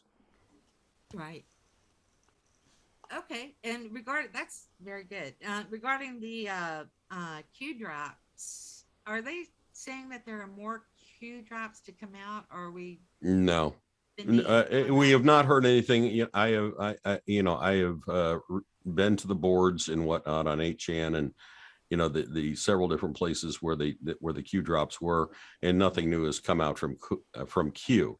Now there are several posts out there claiming that they are Q, even on True Social, which I am now a member of. Okay, I actually got my stuff on there, VOGILLIES. If you'd like to join me on True Social, that's out there now. Anybody outside America cannot get onto True Social. Right. It's totally blocked. Right, but some people think Mr. Poole is a reincarnation of Q. All right, and they pay attention to his drops, that come out, all the time.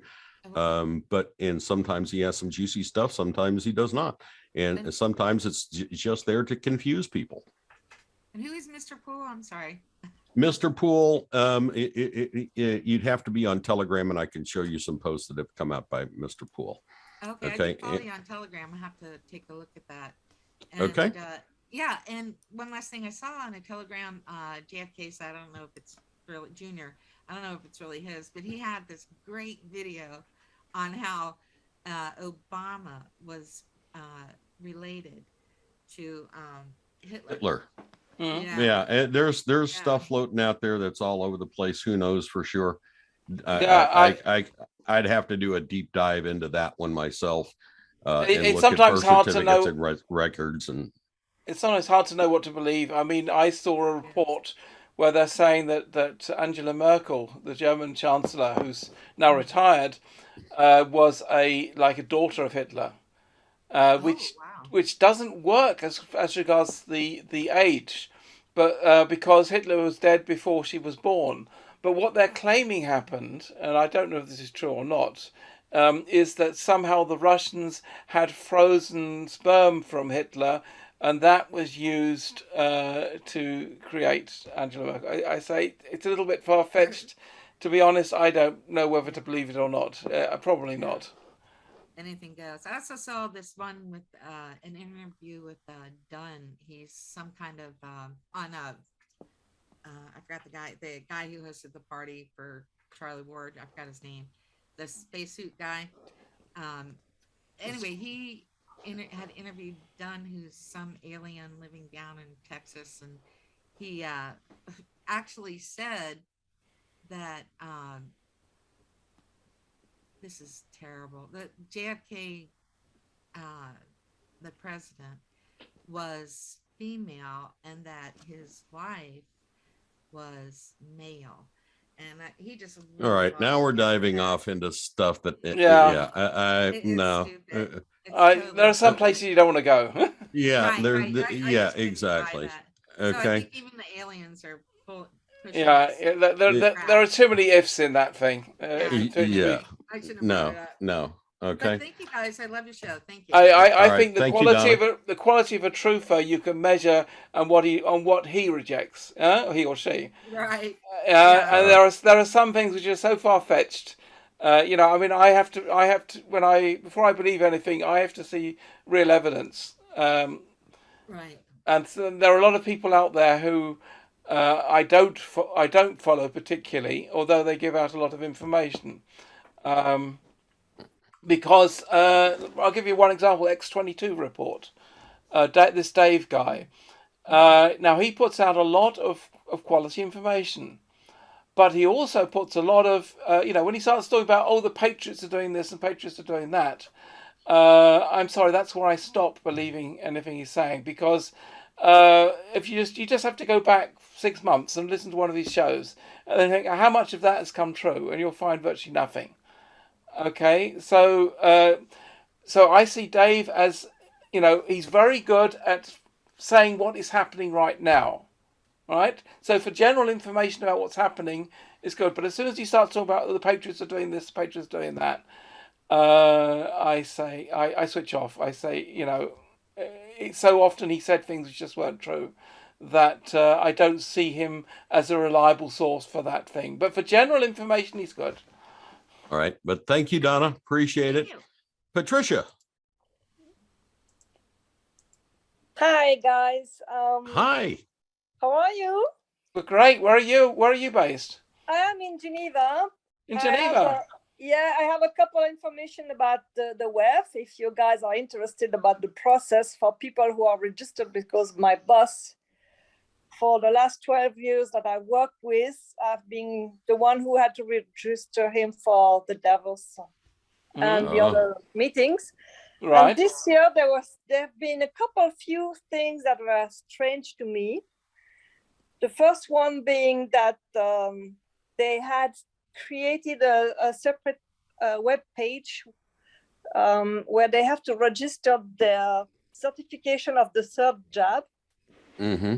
So apparently the participants, they have to be all vaccinated at least 3 times. Right. And then they had to provide, the PCR 72 hours max before going there. And then on site today, they probably have a PCR to validate their badge, their access badge. Mm-hmm. That was the first part. I thought, well, really? And I mean, I knew from the beginning when he started to get into this process, I was like, really? To me, it's like there is a discrepancy between the real high people there and maybe the one that they only take the funds from to attend the meetings. Right. And this year, something very special because, there is a whole registration process that's remained the same. And this year, I've been contacted by our contact in the WEF asking me by email his date of arrival and departure. And I'm like, why do you ask? Because that never happened. Yeah. When you work at that level, you're not supposed to give any information to anyone, whether it's the WEF or not. So I asked my boss whether he agreed, and he believes so much into this WEF. So he said, yes, give them the information.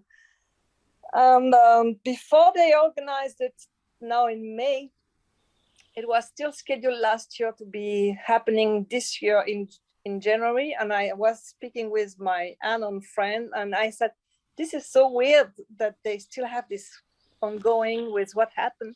And he told me, well, look, it's a place where they have them all collected there, and there is only one road that goes up. You just can't go down. And it's surrounded by police, military, and so on. So he said, well, maybe it's a nice place to have all those guys gathered together there. And the worst thing I saw during the process is now that the opening is got to happen just right now. The opening ceremony is on site, I think probably outside.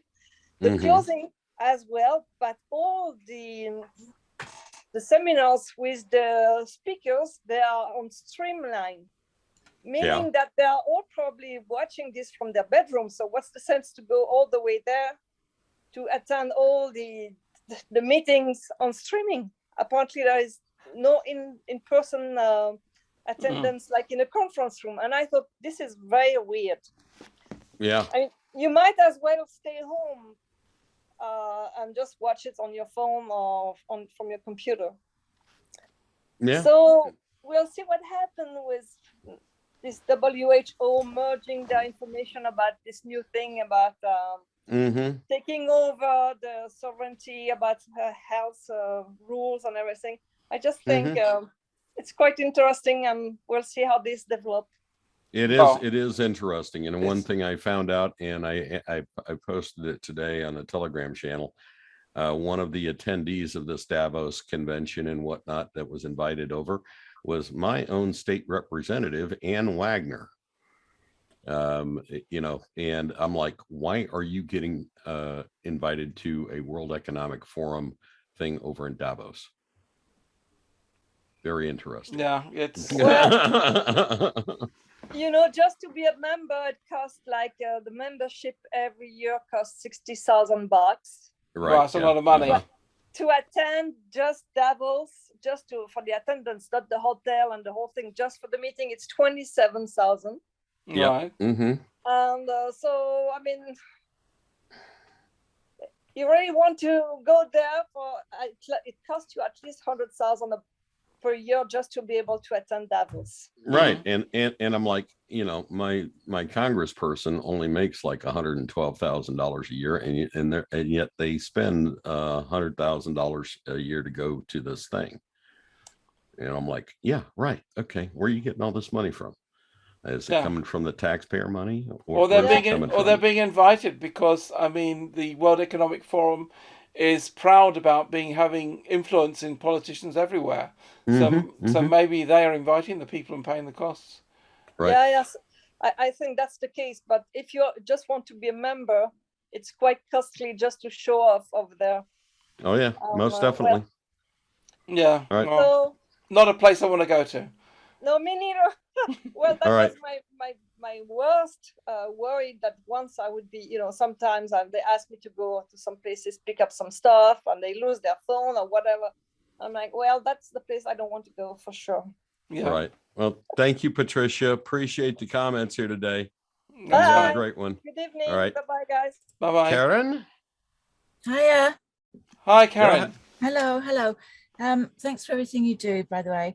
This adrenochrome thing. Yeah. Yeah. So matching that with them having to tell us what they do before they do it.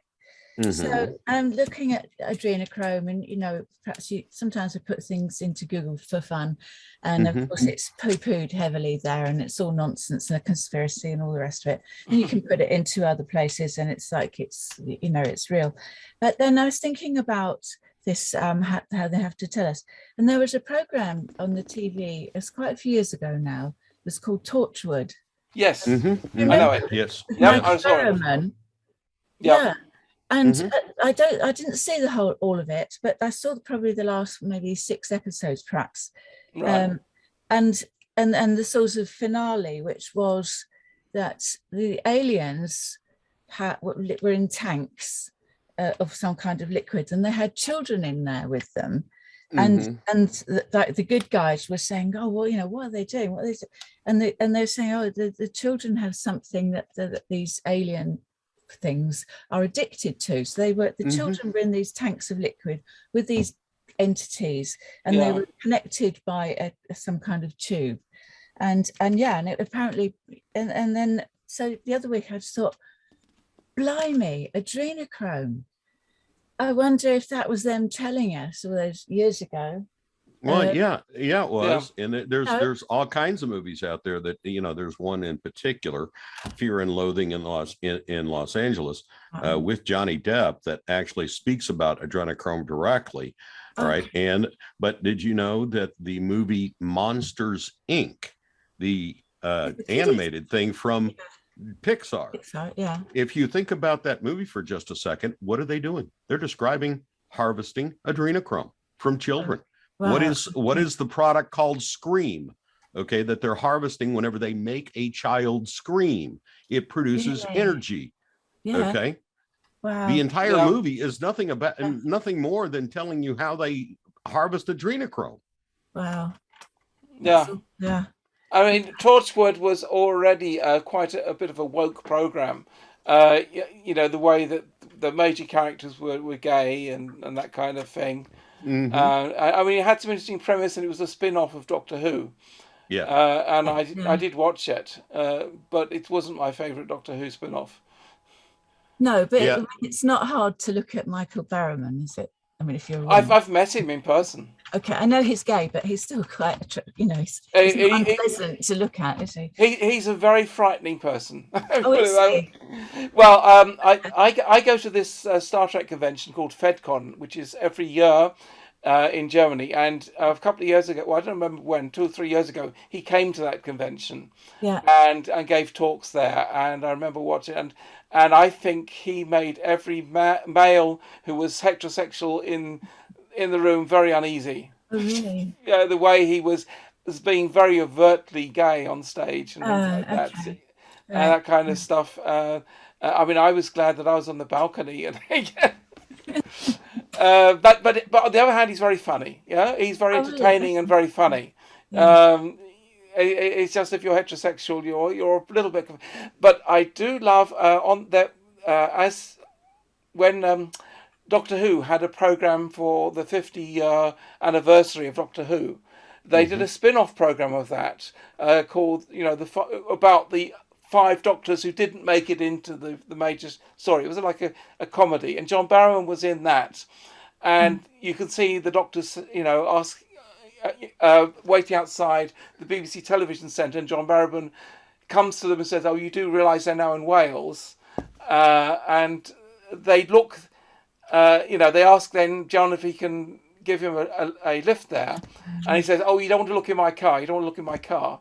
And inside the car, they looked inside, and there was his wife and children, and said, "Don't tell anybody. Don't tell anybody." I thought that was a very funny scene. Okay.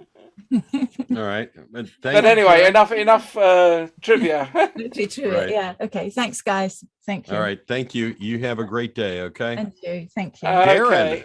Darren, that's the number 2 for trivia. Yeah. That's it. Hi, everybody. How you guys doing? Good. Thanks for the emails. Appreciate the information. Absolutely. So one thing I did want to let everybody know that's viewing is that I was the one that actually posted the Elaine information with Dave yesterday. And matter of fact, I posted it, the link today. So if anybody wants to go and look at that video, it's about a 20-minute video.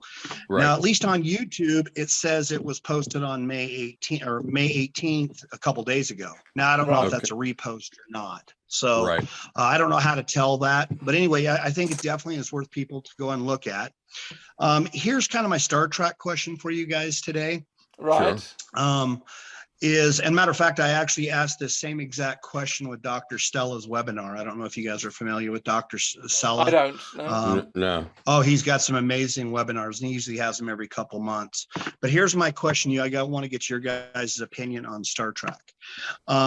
I noticed that the older Star Treks back in the 80s and 90s, Star Trek Next Generation, Voyager, all those, Deep Space Nine, they all had controversy, but at the end of the show, it usually ended up very positive for humanity.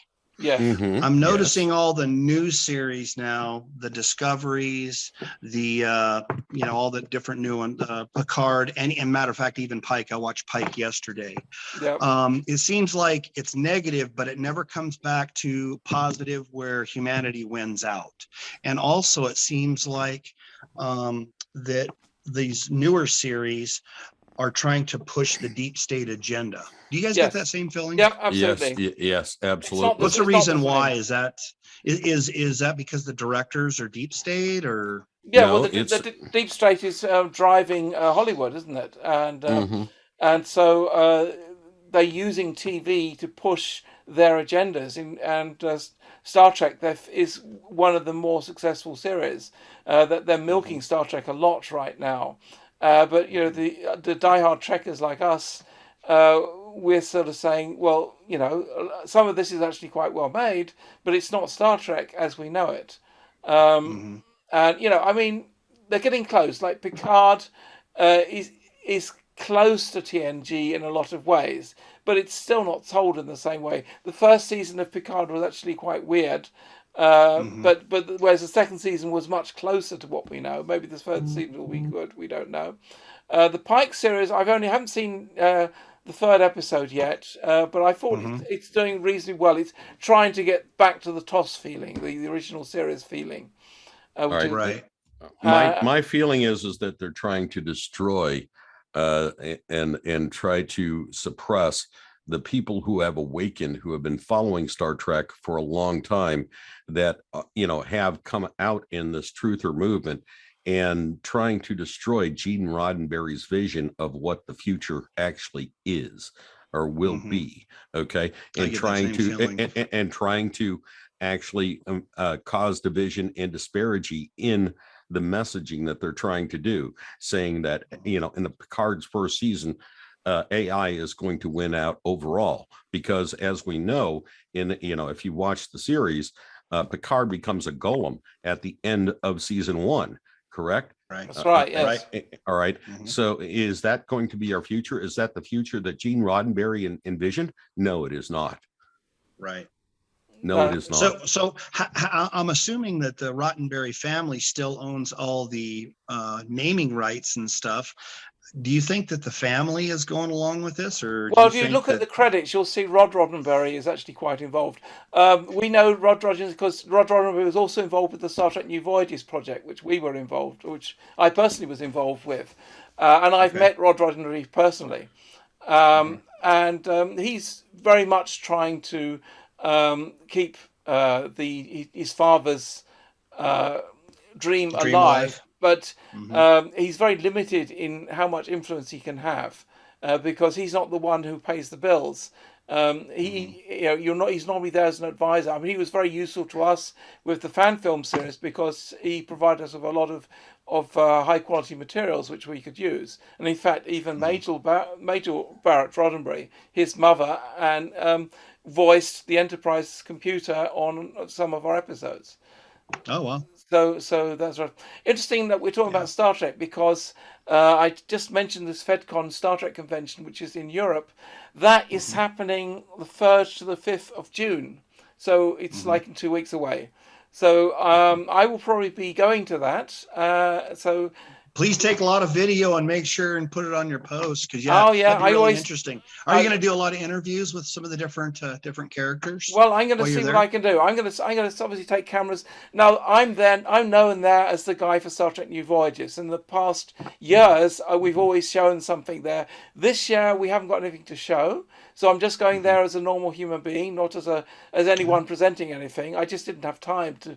We're preparing what we're doing at the moment because Star Trek New Voyages is not producing new episodes. We're just dubbing existing episodes into German because it's a German convention, and so we're doing that. And we have the material for about 2 or 3 more episodes which we can dub, but we're just not ready.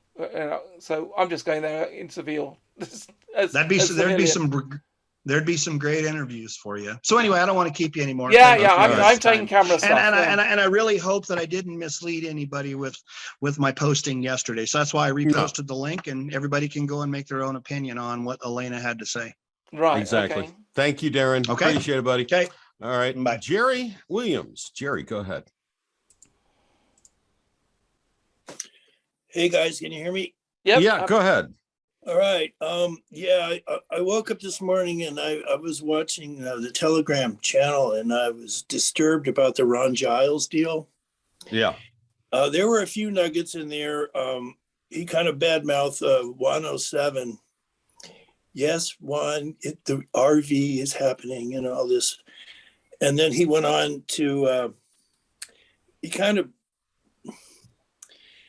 made me feel like I'm an old guy here in Germany. I don't have any projects. I show up in one of these meetings or redemption centers with some Dems, and I have no projects. So I'm kind of feeling like, oh, well, this guy, he doesn't deserve anything. So I would just give it all away because I have the dogs and stuff. So yeah, they will have projects that you can designate to go towards.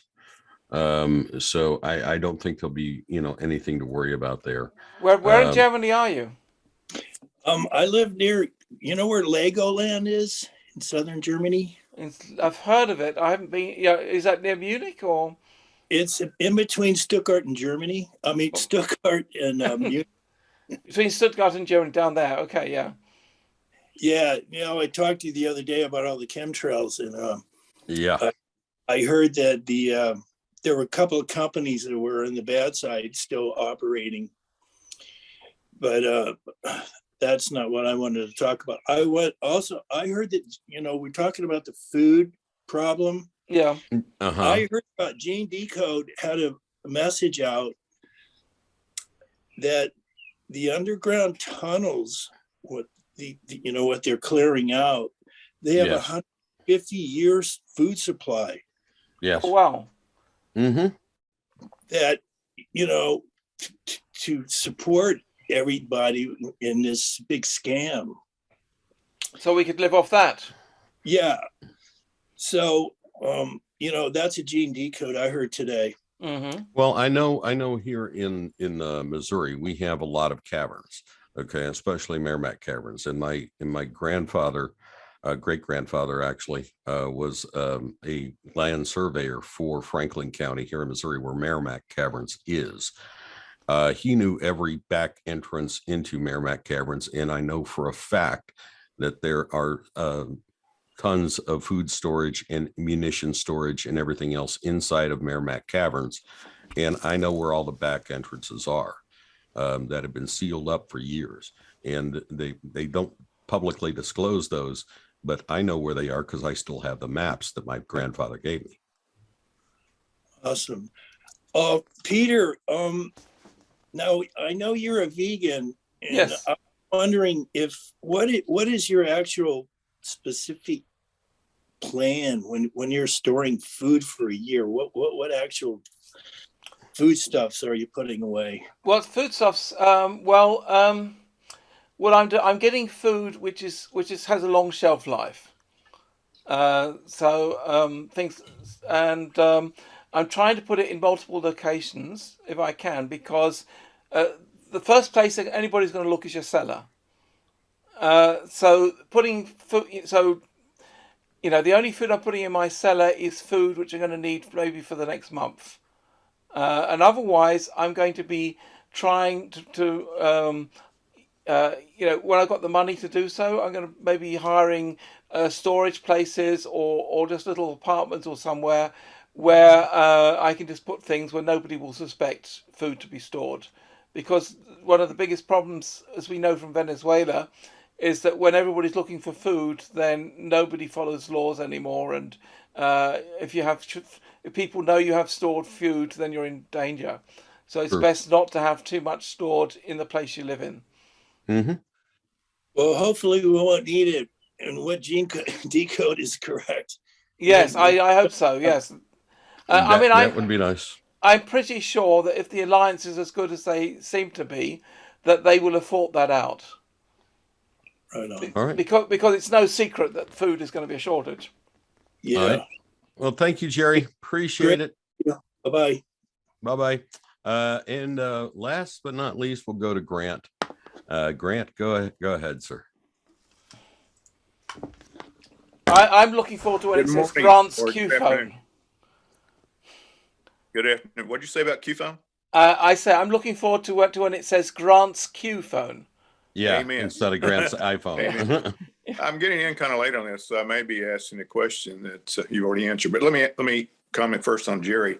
Jerry, I've heard a few of the same things you have about foodstuffs stored here, there, and everywhere. I suspect there's more than we can imagine.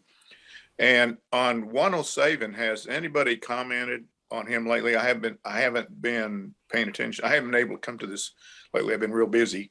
But my take on 107 is he has a right to free speech here in America, but I get tired of looking at his feet.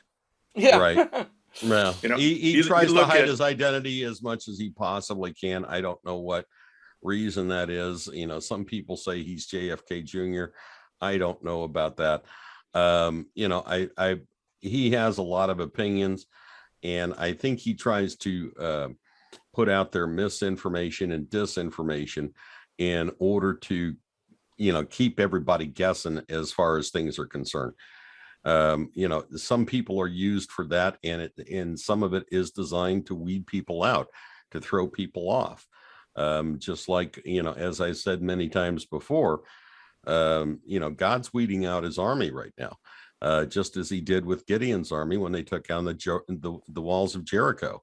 It's not going to be for everybody. It's not going to, there's not going to be the people out there who have the stomach for what's to come, or, the intestinal fortitude to see it through. And those people are being weeded out. And as they drop by the wayside, we'll see. I noticed the chat there's commenting about he had a video where he did come out. CGI is real, folks. So hard to say if that was him or not. And I don't really mind. He has the right to his free speech. So be it. What I wanted to comment on, and maybe you already have, is I posted yesterday on your channel about Trump-tastic giving his take on. Have you looked at that? Yes.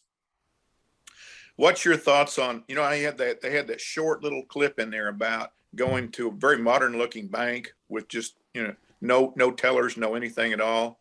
Mm-hmm. And that's where we would be going to. I thought that we were going more to a place that was a little bit more personal. Your thoughts? To be honest with you, I don't know. I've heard it could be a bank. It could just be a non-disclosed location that only certain people will know about. I've heard that it could be just a military base that we go to keep things secure. Who knows, for whatever reason. I think it could be all of the above because there are at least 7,000 locations. Some will be at banks. We know that. We know that Wells Fargo and HSBC Bank are involved in this process. So a lot of those locations will be in banks. But military, we also hear that military locations will be used. So it's really just the luck of the draw where you happen to be and where you get your appointment to where you go. And I would say just don't worry about it. It's supposed to be within 50 miles of your location that you go to. You shouldn't need to go much further than 50 miles to the next redemption center. And just leave it at that and just make sure you got enough fuel in your car to get you 50 miles there and back. And at the end of the day, where it is doesn't matter. It's what you get and what happens at that center is what is important. Right. I tend to agree with you on that, Billy. I don't mind which way it is. I know they have a timing on it. This takes patience, endurance, which sometimes my patience is not as good as it should be, but I get it. We've got to let this play out. One last comment, Darren, I liked your screen that you had on there. That's very refreshing to see a mountainous scene. So good on you. Yeah. Yep. I love it. Thank you for what you guys are doing. I haven't been able to be on lately. I went into retirement and that didn't last long. You got bored, didn't you? Well, yeah. I did. And what I'm doing, and I don't want to take up too much of your time. I know you got to get going. I think on a good day, I can still spell the word chemical engineer. I don't know if I can put it together like I should at 73. But my project is, I got together with several other engineers that I've known over the years, and they've all agreed that the water systems that we have seen over the years, and especially in rural areas, are not up to par. Mm-hmm. And so I've got a group that I'm talking to. I told them that I don't want to be doing everyday grunt work as an engineer. I don't even want to have to spell that word, but I don't mind being the coordinator. And have you heard much talk? Have you seen much as far as globally what people are saying about water issues? I've seen in a 5 or 6 state area all the way up in Missouri where you are, Billy. I know of rural water districts where people have turned on their tap and not seen such nice stuff. That's right. That's exactly right. Have you heard much on a global basis about water treatment issues? Has anybody said very much? That is one of the worldwide projects. I mean, because if you look at the basics of life, you got to have food and water. All right, especially water. And if you don't have clean water, you're pissing in the wind because everything survives off of that. Because if you're feeding your crops dirty water, if you're feeding yourself dirty water, if you're feeding your livestock dirty water, it all falls downhill. All right. So getting a fresh water supply, doing it on a mass scale where, we're doing reverse osmosis and things of that nature to clean up, everything else and start getting water from real natural spring sources instead of just retreatment plants and things of that nature where we're pulling stuff, from wastewater and retreating it and whatnot. It is a worldwide problem that I believe is, one of the major projects that will have to be undertaken. Yeah, and I filter all the water I drink, and I also treat most of it, not all of it. I don't always have time with this hydration app, and that does improve the quality of the water quite a lot. All right, we've had a couple of the mechanical engineers that we've talked to have said that quantum mechanics is going to come into play.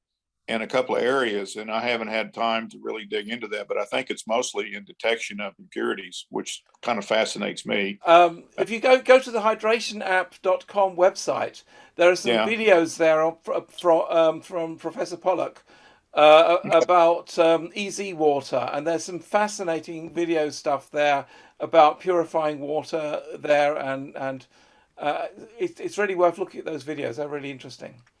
I'll do that. We've had a couple of our people say they're equally concerned about detection methods to get a more clear picture, early warning of anything that might be in the water, and bring to the process what you need to either remove it, filter it. One thing bad about filtering is you need to be careful about filtering, because you've got to change those filters frequently, because you entrain whatever it is in there. So watch that, Billy, with what you're doing. I hope you're changing your filters pretty frequently. Oh yeah, most definitely. Absolutely. Yeah. It's and Peter, that's the one concern I have about filtration systems. Just your filter that you got for your refrigerator, for what have you, here in the United States and what's in Europe, we change those pretty frequently because of entrainment. You know, when you shut the water off, it sits in that filter. Just keep in mind that it's in touch with the bad stuff you're trying to filter out. I'm speaking chemical engineer, and I'll go any further than that. But we are looking at that. We're looking at a lot of systems. We're looking at technology that's already there, that's being used in either oil and gas, particularly in gas. Natural gas has to be cleaned up various ways, and there's equipment that's used in that area that we're looking at actually bringing it to bear on what we do and try to be up within 6 months.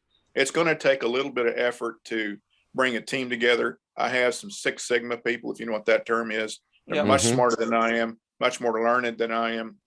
I was a manufacturer's rep, so I'm the guy that can coordinate. I know a lot of people from those days, but I'm not the engineer that's going to chase what we call moles around on a piece of paper to figure out how this works.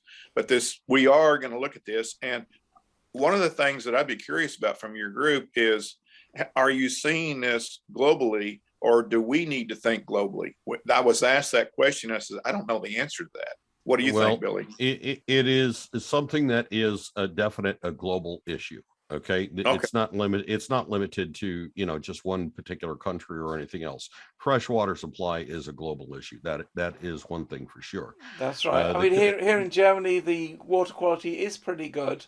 But I mean, Germany is a country which is very exact in testing everything and so on. So I think Germany, the water's not too bad. I mean, I take water from the tap and then I filter it because you can trust that a bit more than you can water out of plastic bottles, as far as I'm concerned. Although you can buy water in glass bottles here as well. Just remember, those filters only take you down about 10 microns. Some of this bad stuff's a lot smaller than 10 microns. Yes, I know. That's right. I'm looking at a reverse osmosis. I think that's a much better system. Yeah, my thoughts too on that. I will tell the folks that we should take a look at globally. I'm going to press them. We have 4 100 trillion bonds and one like $500 billion. Yeah. And my wife's using 2 of those on projects associated with people coming out of child trafficking and what have you. She already works with organizations to do that. And then I have 2 bonds, and I'm going to press them pretty hard on how far they're willing to go, because this team that I want to put together, I want them to be able to go long past old Grano being around on the scene. I'm 73. Right. So what's your thoughts on, I wanted your guys' thoughts on how should you state it that you wish to pass this down to the younger generation? Do you gift it out? What do you do to say, well, basically you're starting the project, and you're going to be delegating the job on to that you're going to be training people to continue this job in future. That you're the one, because you're starting with you. But if it's a project going to run 100 years, I mean, with med beds, maybe you're around in 100 years. No, I don't think so. You never know. But you have the expertise, and it is part of your job to be training people to be able to continue the job in future. I mean, that's part of the job description. Yeah. Okay. Thanks. That gives me some, I told him that I will hang around for 5 or 6 years and more of a CEO position, perhaps, whatever, and let the younger folks, the two that I want to run it, the Six Sigma people, are right at 50. They still have children and they're very interested in this. They want to leave. They're with a fairly good company that I've done business with for years. One of the better companies that I like working with, selling stuff to them. I was their vendor. And they're willing to leave that. Matter of fact, they're pretty excited about this. And they're a chemical engineer and an electrical engineer. And then they have 2 mechanical engineers. And then I think there's a couple other disciplines plus what you need to run a company. Right. And I'm just going to sit back and be like the rudder on the ship, keep them going in the right direction. Right. And that's my thing. I don't know everything. I just want to hire the correct people in order to get my project up and running. And but I certainly understand the sort of corporate thinking, because I used to work for Ford for a lot of years before I went self-employed. I think I went self-employed in 2005. So I do understand the corporate thinking behind these things, and I think that's important if you're running a project like that. All right. Well, I agree with you, and that's why I want a team. It's not going to be all about me, not even close. Exactly. Right. Exactly. Thank you, Grant. Right. Appreciate it. Thank you for your thoughts. All right. Hope you guys have a great day. See you. You too. All right. Going back to Jack real quick. Okay. Yeah, because Jack got cut off. That's right. Jack got cut off, and then we'll end with Stella. All right. Where did I leave you guys? What did you hear? Anything? Not much, Jack. You got cut off and got in a bad cell area or something. Yeah, I was trying to bring you up to speed on the factory they had surrounded there in Maripol. Yes. Right. Yes. Surrendered, and then you're hearing very little news about this. Mahoney told me yesterday they're taking people out of there in bus loads. So that was a huge piece to that puzzle over there. Yes. But it's not getting any play. Okay. So I just want to make sure you guys. I've seen that. I follow a German Charlie called Alexander Quant, and he reports on this quite a lot. And he's also, showing pictures of the bus loads of people coming out of there and stuff like that. So yes, that is happening. Right. They're finding people. Piece. They're taking out all of the soldiers that the Azov soldiers that were there. Plus, they found a whole bunch of people that were being used as human shields out of that area, that dome underneath that steel plant. They also found a lot of high-ranking U.S. military people. Yes. Exactly. And that's all going to come out, and it's all going to be a slap in the face at the U.S., but it's got to come out. It's what we have to do at this point. There was one more interesting piece just came out. Yuma County, Arizona. Mm-hmm. They arrested a bunch of mules. Yes. Oh, okay. You did hear that one. Okay. Yep. Yeah, they did. But that's huge for Arizona because they were the first ones, to do their to count the votes over again. Audit. Yeah. Yeah. Yeah. So and nothing's been happening in Arizona since all that was over with. So maybe this will start pushing some stuff out as well. So we got all this stuff coming out. I think this is all there's going to be a big reveal, and all this stuff is going to come out. I think the Arizona audit and all these other things they're collecting we're coming to a head, and I think this is going to happen maybe in June. Yeah. Do you think they push it all out at once, or do they bring it out in layers? They're going to be pushing a lot of it out in layers, and then there's going to be too many holes in the dike and not enough fingers from the mainstream media to hold it all back. Okay. Copy. It's just going to be too overwhelming. Yeah. All right? I think that's going to happen.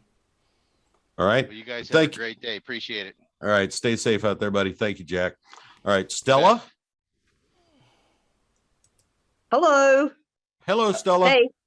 How are you? Stella. Hang on. There's my video. Hello. Hi. Hello, Stella. Yeah. It's what time is it? 25 in the morning here. So I've been here listening to you since 3 a.m. So wow. My eyes are a little bit droopy. Sorry. We've had a hell of a weekend this weekend. We had our elections in Australia this weekend. And it didn't turn out as good as we expected. But anyway, the most socialist setup we have now is now part of Australia, is running Australia. We have socialists in the Senate, socialists in the House of Reps. But there's always a silver lining. Our Liberal Party, which is our Conservative Party, was becoming more and more and more left and becoming more and more woke and destroying us. And we had nowhere to go. You know, when you've got two heads of the same snake? Right. And yes. And there's nowhere to go. So we didn't know what to do. So we had freedom parties. We called freedom parties to stop us from being locked up. We went on rallies. We worked really hard. And they didn't do so good because there were too many of them. And I think we should have had them become a coalition, you know? Yeah. But anyway, right. it's okay because now all the left-wing leaning, really woke Liberal leaders or Liberal MPs have lost their seats. Right. And they've gone to what they call the teal independents, which were paid for and run by Simon Holmes à Court, you know, Robert Holmes à Court's son. And he says, oh, I'm going to stand back now and let them become true independents, like we're going to believe that. And they're all about, you know, the green, climate change. They're about locking us down again. They're about, you know, worrying about viruses. And, you know, and I'm thinking, oh, good Lord, here we go again. Monkey's the next one, yeah. Oh, my God. Oh, yeah, we got the monkeypox already here. It's okay. It's already been announced. You know, okay. we got it. We now have monkeypox, and I thought, oh goody, let's get a new vaccine. You know, I'm waiting for hamster pox, to be honest. Yeah, it's shingles just relabeled. Exactly. And you know, like they keep saying that we're all anti-vaxxers and all that. And I paid for the shingles vaccine because I was only 60 when it came out, when it was available. And they said, oh, you can have it free when you're 70. And I said, no, I'm happy to pay for it. And I haven't had shingles. I've been amongst people with shingles, and that vaccine actually works because, like Dr. Cole, who is a pathologist, says a vaccine is supposed to cause immunity, you know, and you're only supposed to have one of them, you know. Whereas with this COVID vaccine, there's 32 on the way, you know, and they don't cause immunity, and they actually cause your immune system to actually suffer. And so, you know, please stop having them because you're actually, you know, your immune system is getting worse. Yeah. So anyway. So I'm just giving you an update. I've written a couple of things down. So we're regrouping in the Liberal Party. I am a member of the Liberal Party. And you know, we were talking to a brick wall for so long, and I was considering leaving the Liberal Party until now. And I've just renewed my membership because I'm thinking now we can fix this because all the left-leaning ones have gone. And we're now, you know, and true conservatives are now going to be able to come back, and we will be able to fix this. So we have a true conservative party and a left-wing party, which is fine because you need an opposition to do do a good job. You know, if you don't have a good opposition, people become complacent. You know, and don't do it. Where in Australia are you based?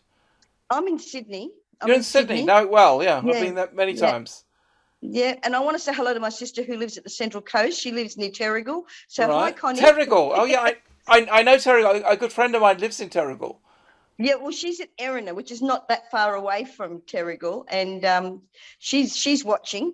So, and I've got a number of my friends now on the replay. You know, they've put their replay on, you know, so that they can watch you a replay because nobody wants to get up at 3 a.m. So. Yeah, I know.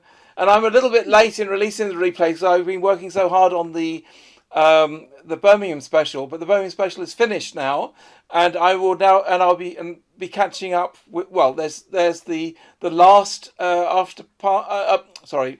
last GESARA show and tonight's show, which I have to work on, and then I'm up to date. But the Birmingham show is out, released today. fantastic. It's a fantastic show. Watch it. It's available already. I'm really looking forward to that. I really am. And we're also involved in a number of videos that we put out, with Dr. McCulloch and all that. So but unfortunately I can't post them up on the forum because you don't take videos. So we're working on that. It is possible to post videos. You just have to know how. Good. Well, I don't know how. So. Well, if you go to forums.group, if I send them to you as an email, can you post them? If you look at them first. Yeah, I can post them. Okay, good. I'll send them to you because I thought you might need to look at them first before you put them up, Yeah. So, but they're really good and they're very truthful and they give it. They're certainly not misinformation. They've been well researched and the people have got great credentials and who have put their own lives and reputations on the line here. And they're the kind of people I actually listen to and believe. Yeah. So. Yeah. Just like we have Graham Hood, who is an ex-pilot for Qantas, who came out early days. I've seen him. Yeah, he got fired because he wouldn't be vaccinated and all that. And and he just said one day, he said, look, and because we were talking about doctors who won't take the vaccine and nurses, and he said, if Qantas came out with a wonderful new jet plane and 600 pilots said, I'm not flying that, would you get on? That's right. Yeah. So if there's thousands and thousands of medical people who are saying, I'm not taking that, why are you taking it? So anyway, and it's good to hear that the social pressure for a lot of people. Social pressure. Totally. And their jobs like they've been coerced. If you talk to most people now and say, if it wasn't for the coercion, would you have taken the vaccine? The majority of them says no. Yeah, I mean, I'm lucky. I'm self-employed, and so I'm not going to force myself to take it. Thank God. And my wife is also self-employed. She's an English teacher, and she's been training people from home using Zoom, so she doesn't need a jab for that either. So she's also unjabbed, which I'm really happy about. Well, you have a number of teachers watching this they're not working in schools, but they're doing exactly what your wife is doing. Yeah. So hi, Maureen. Hi, Kim. I'm just talking to them now because they'll be watching this in the replay. So yeah. It's actually interesting. My wife is actually a German person. She teaches English. So whenever she's unsure of things, it's always, Peter, do you say this and this? So you're very around. Yeah, that's right. Yeah. So I can see why she was interested in me. Now, I noticed on the forum where we could say a thank you to you and Billy. I can't find that link now. Okay. Well, yes, it's on the subscriptions page, but right now, under the Birmingham video, which I've just released, there's a donate button. And that money is being used to cover the losses we made in the UK, because we lost about £700 because we expected to recoup the money by having the room full of people. That would have easily covered all the costs. And also for the equipment to work, because didn't you have like a tap and go machine that wasn't working either, for the credit cards? Oh yeah. I had one of those. Yeah. So even if the people had come, we couldn't have taken the money with anything but cash, because that wasn't working. You press the button and it just said payment rejected, but it hadn't even asked for the credit card yet. Yeah. I've given that machine back to the maker. I got my money back on that thing, but of course it doesn't. As you should.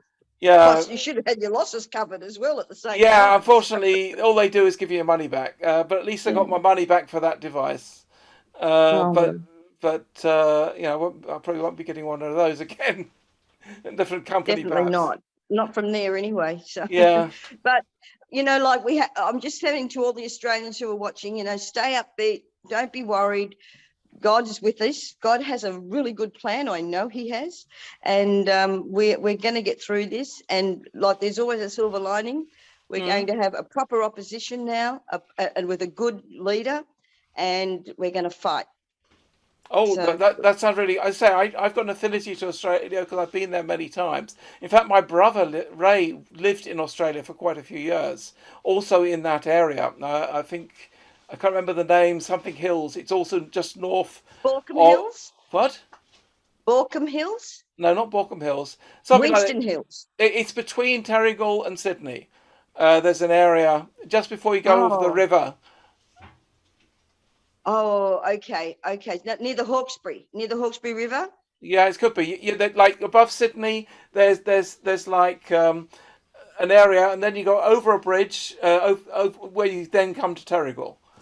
Oh, okay. So you go over you do go over the Hawkesbury River Bridge. Yeah. And then you get into Gosford, and then you get into Turkley, and then Terrigal's just before. I can never remember exactly where it is, but it's about an hour and a bit away from where I live. Yeah, yeah. I say Terrigal, like a friend of mine who I've known for about 40 years, or maybe 30 years, lives in Terrigal. A guy called Jeff Baker. Terrigal is really pretty. It's very hilly. Absolutely. We nearly bought a property in Terrigal, but when we went for a walk around the place, I thought, I can't go for my walks here. I'll need to have a mountain goat or something. Yeah. It's very, very hilly. So.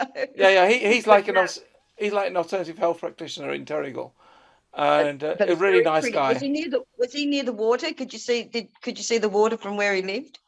Almost. He was probably about 50 to 100 yards from the sea, but he was like on a road going up from it. Terry Hills, I think the road was, something like that. Yeah. Well, see, there is a place called Terry Hills too. So, but that might be what you're thinking of. Maybe Terry Hills was where my brother was. I'll have to look it up. Yeah. Because the Terry Hills just came back as a term. Yeah. Yes. Oh well, there you go. Well, Terry Hills is more in the metropolitan area, but there are I just can't remember the names all exactly the same, but there's a hills district in our area. So okay, that's we've probably bored everybody else on this chat. Yes, I'm pretty sure we have. All right. Well, thank you, Stella. Appreciate your comments here today. But it was a stellar conversation. God bless you as well. Yeah. All right. Okay. Bye now. Bye. Nice talking to you. Peter, any final thoughts on the day? Well, it's out there. The Birmingham video is finally out there. It's well worth watching. It took a lot of work to make it as pristine as it is, but it's there. Go and watch it. It's available right now, and also I'm going to be glad because I'm going to have a little bit less work. I'm just going to get this video and the last video out as quickly as I can, so I can have a bit of a breather because I've been doing nothing else but editing for the last couple of weeks. Right. I think we're in very exciting times. I think between now and the mid-June is when a lot of great things are going to be happening. So keep your eyes on the ball. Keep the eyes on our channel, on other people's channels, and be ready for amazing things to be happening. Yep, exactly. We're all just waiting for it all to unfold, and it's going to happen real quick here, folks. But thank you all for showing up here today. Appreciate all the comments and everything. Y'all stay safe, and God bless, and good luck with everything. Okay. Bye-bye. Thank you. Absolutely. Have a great day, folks. Thank you. Bye-bye. Thank you. Bye-bye. Thank you guys for everything. Bye. Bye-bye.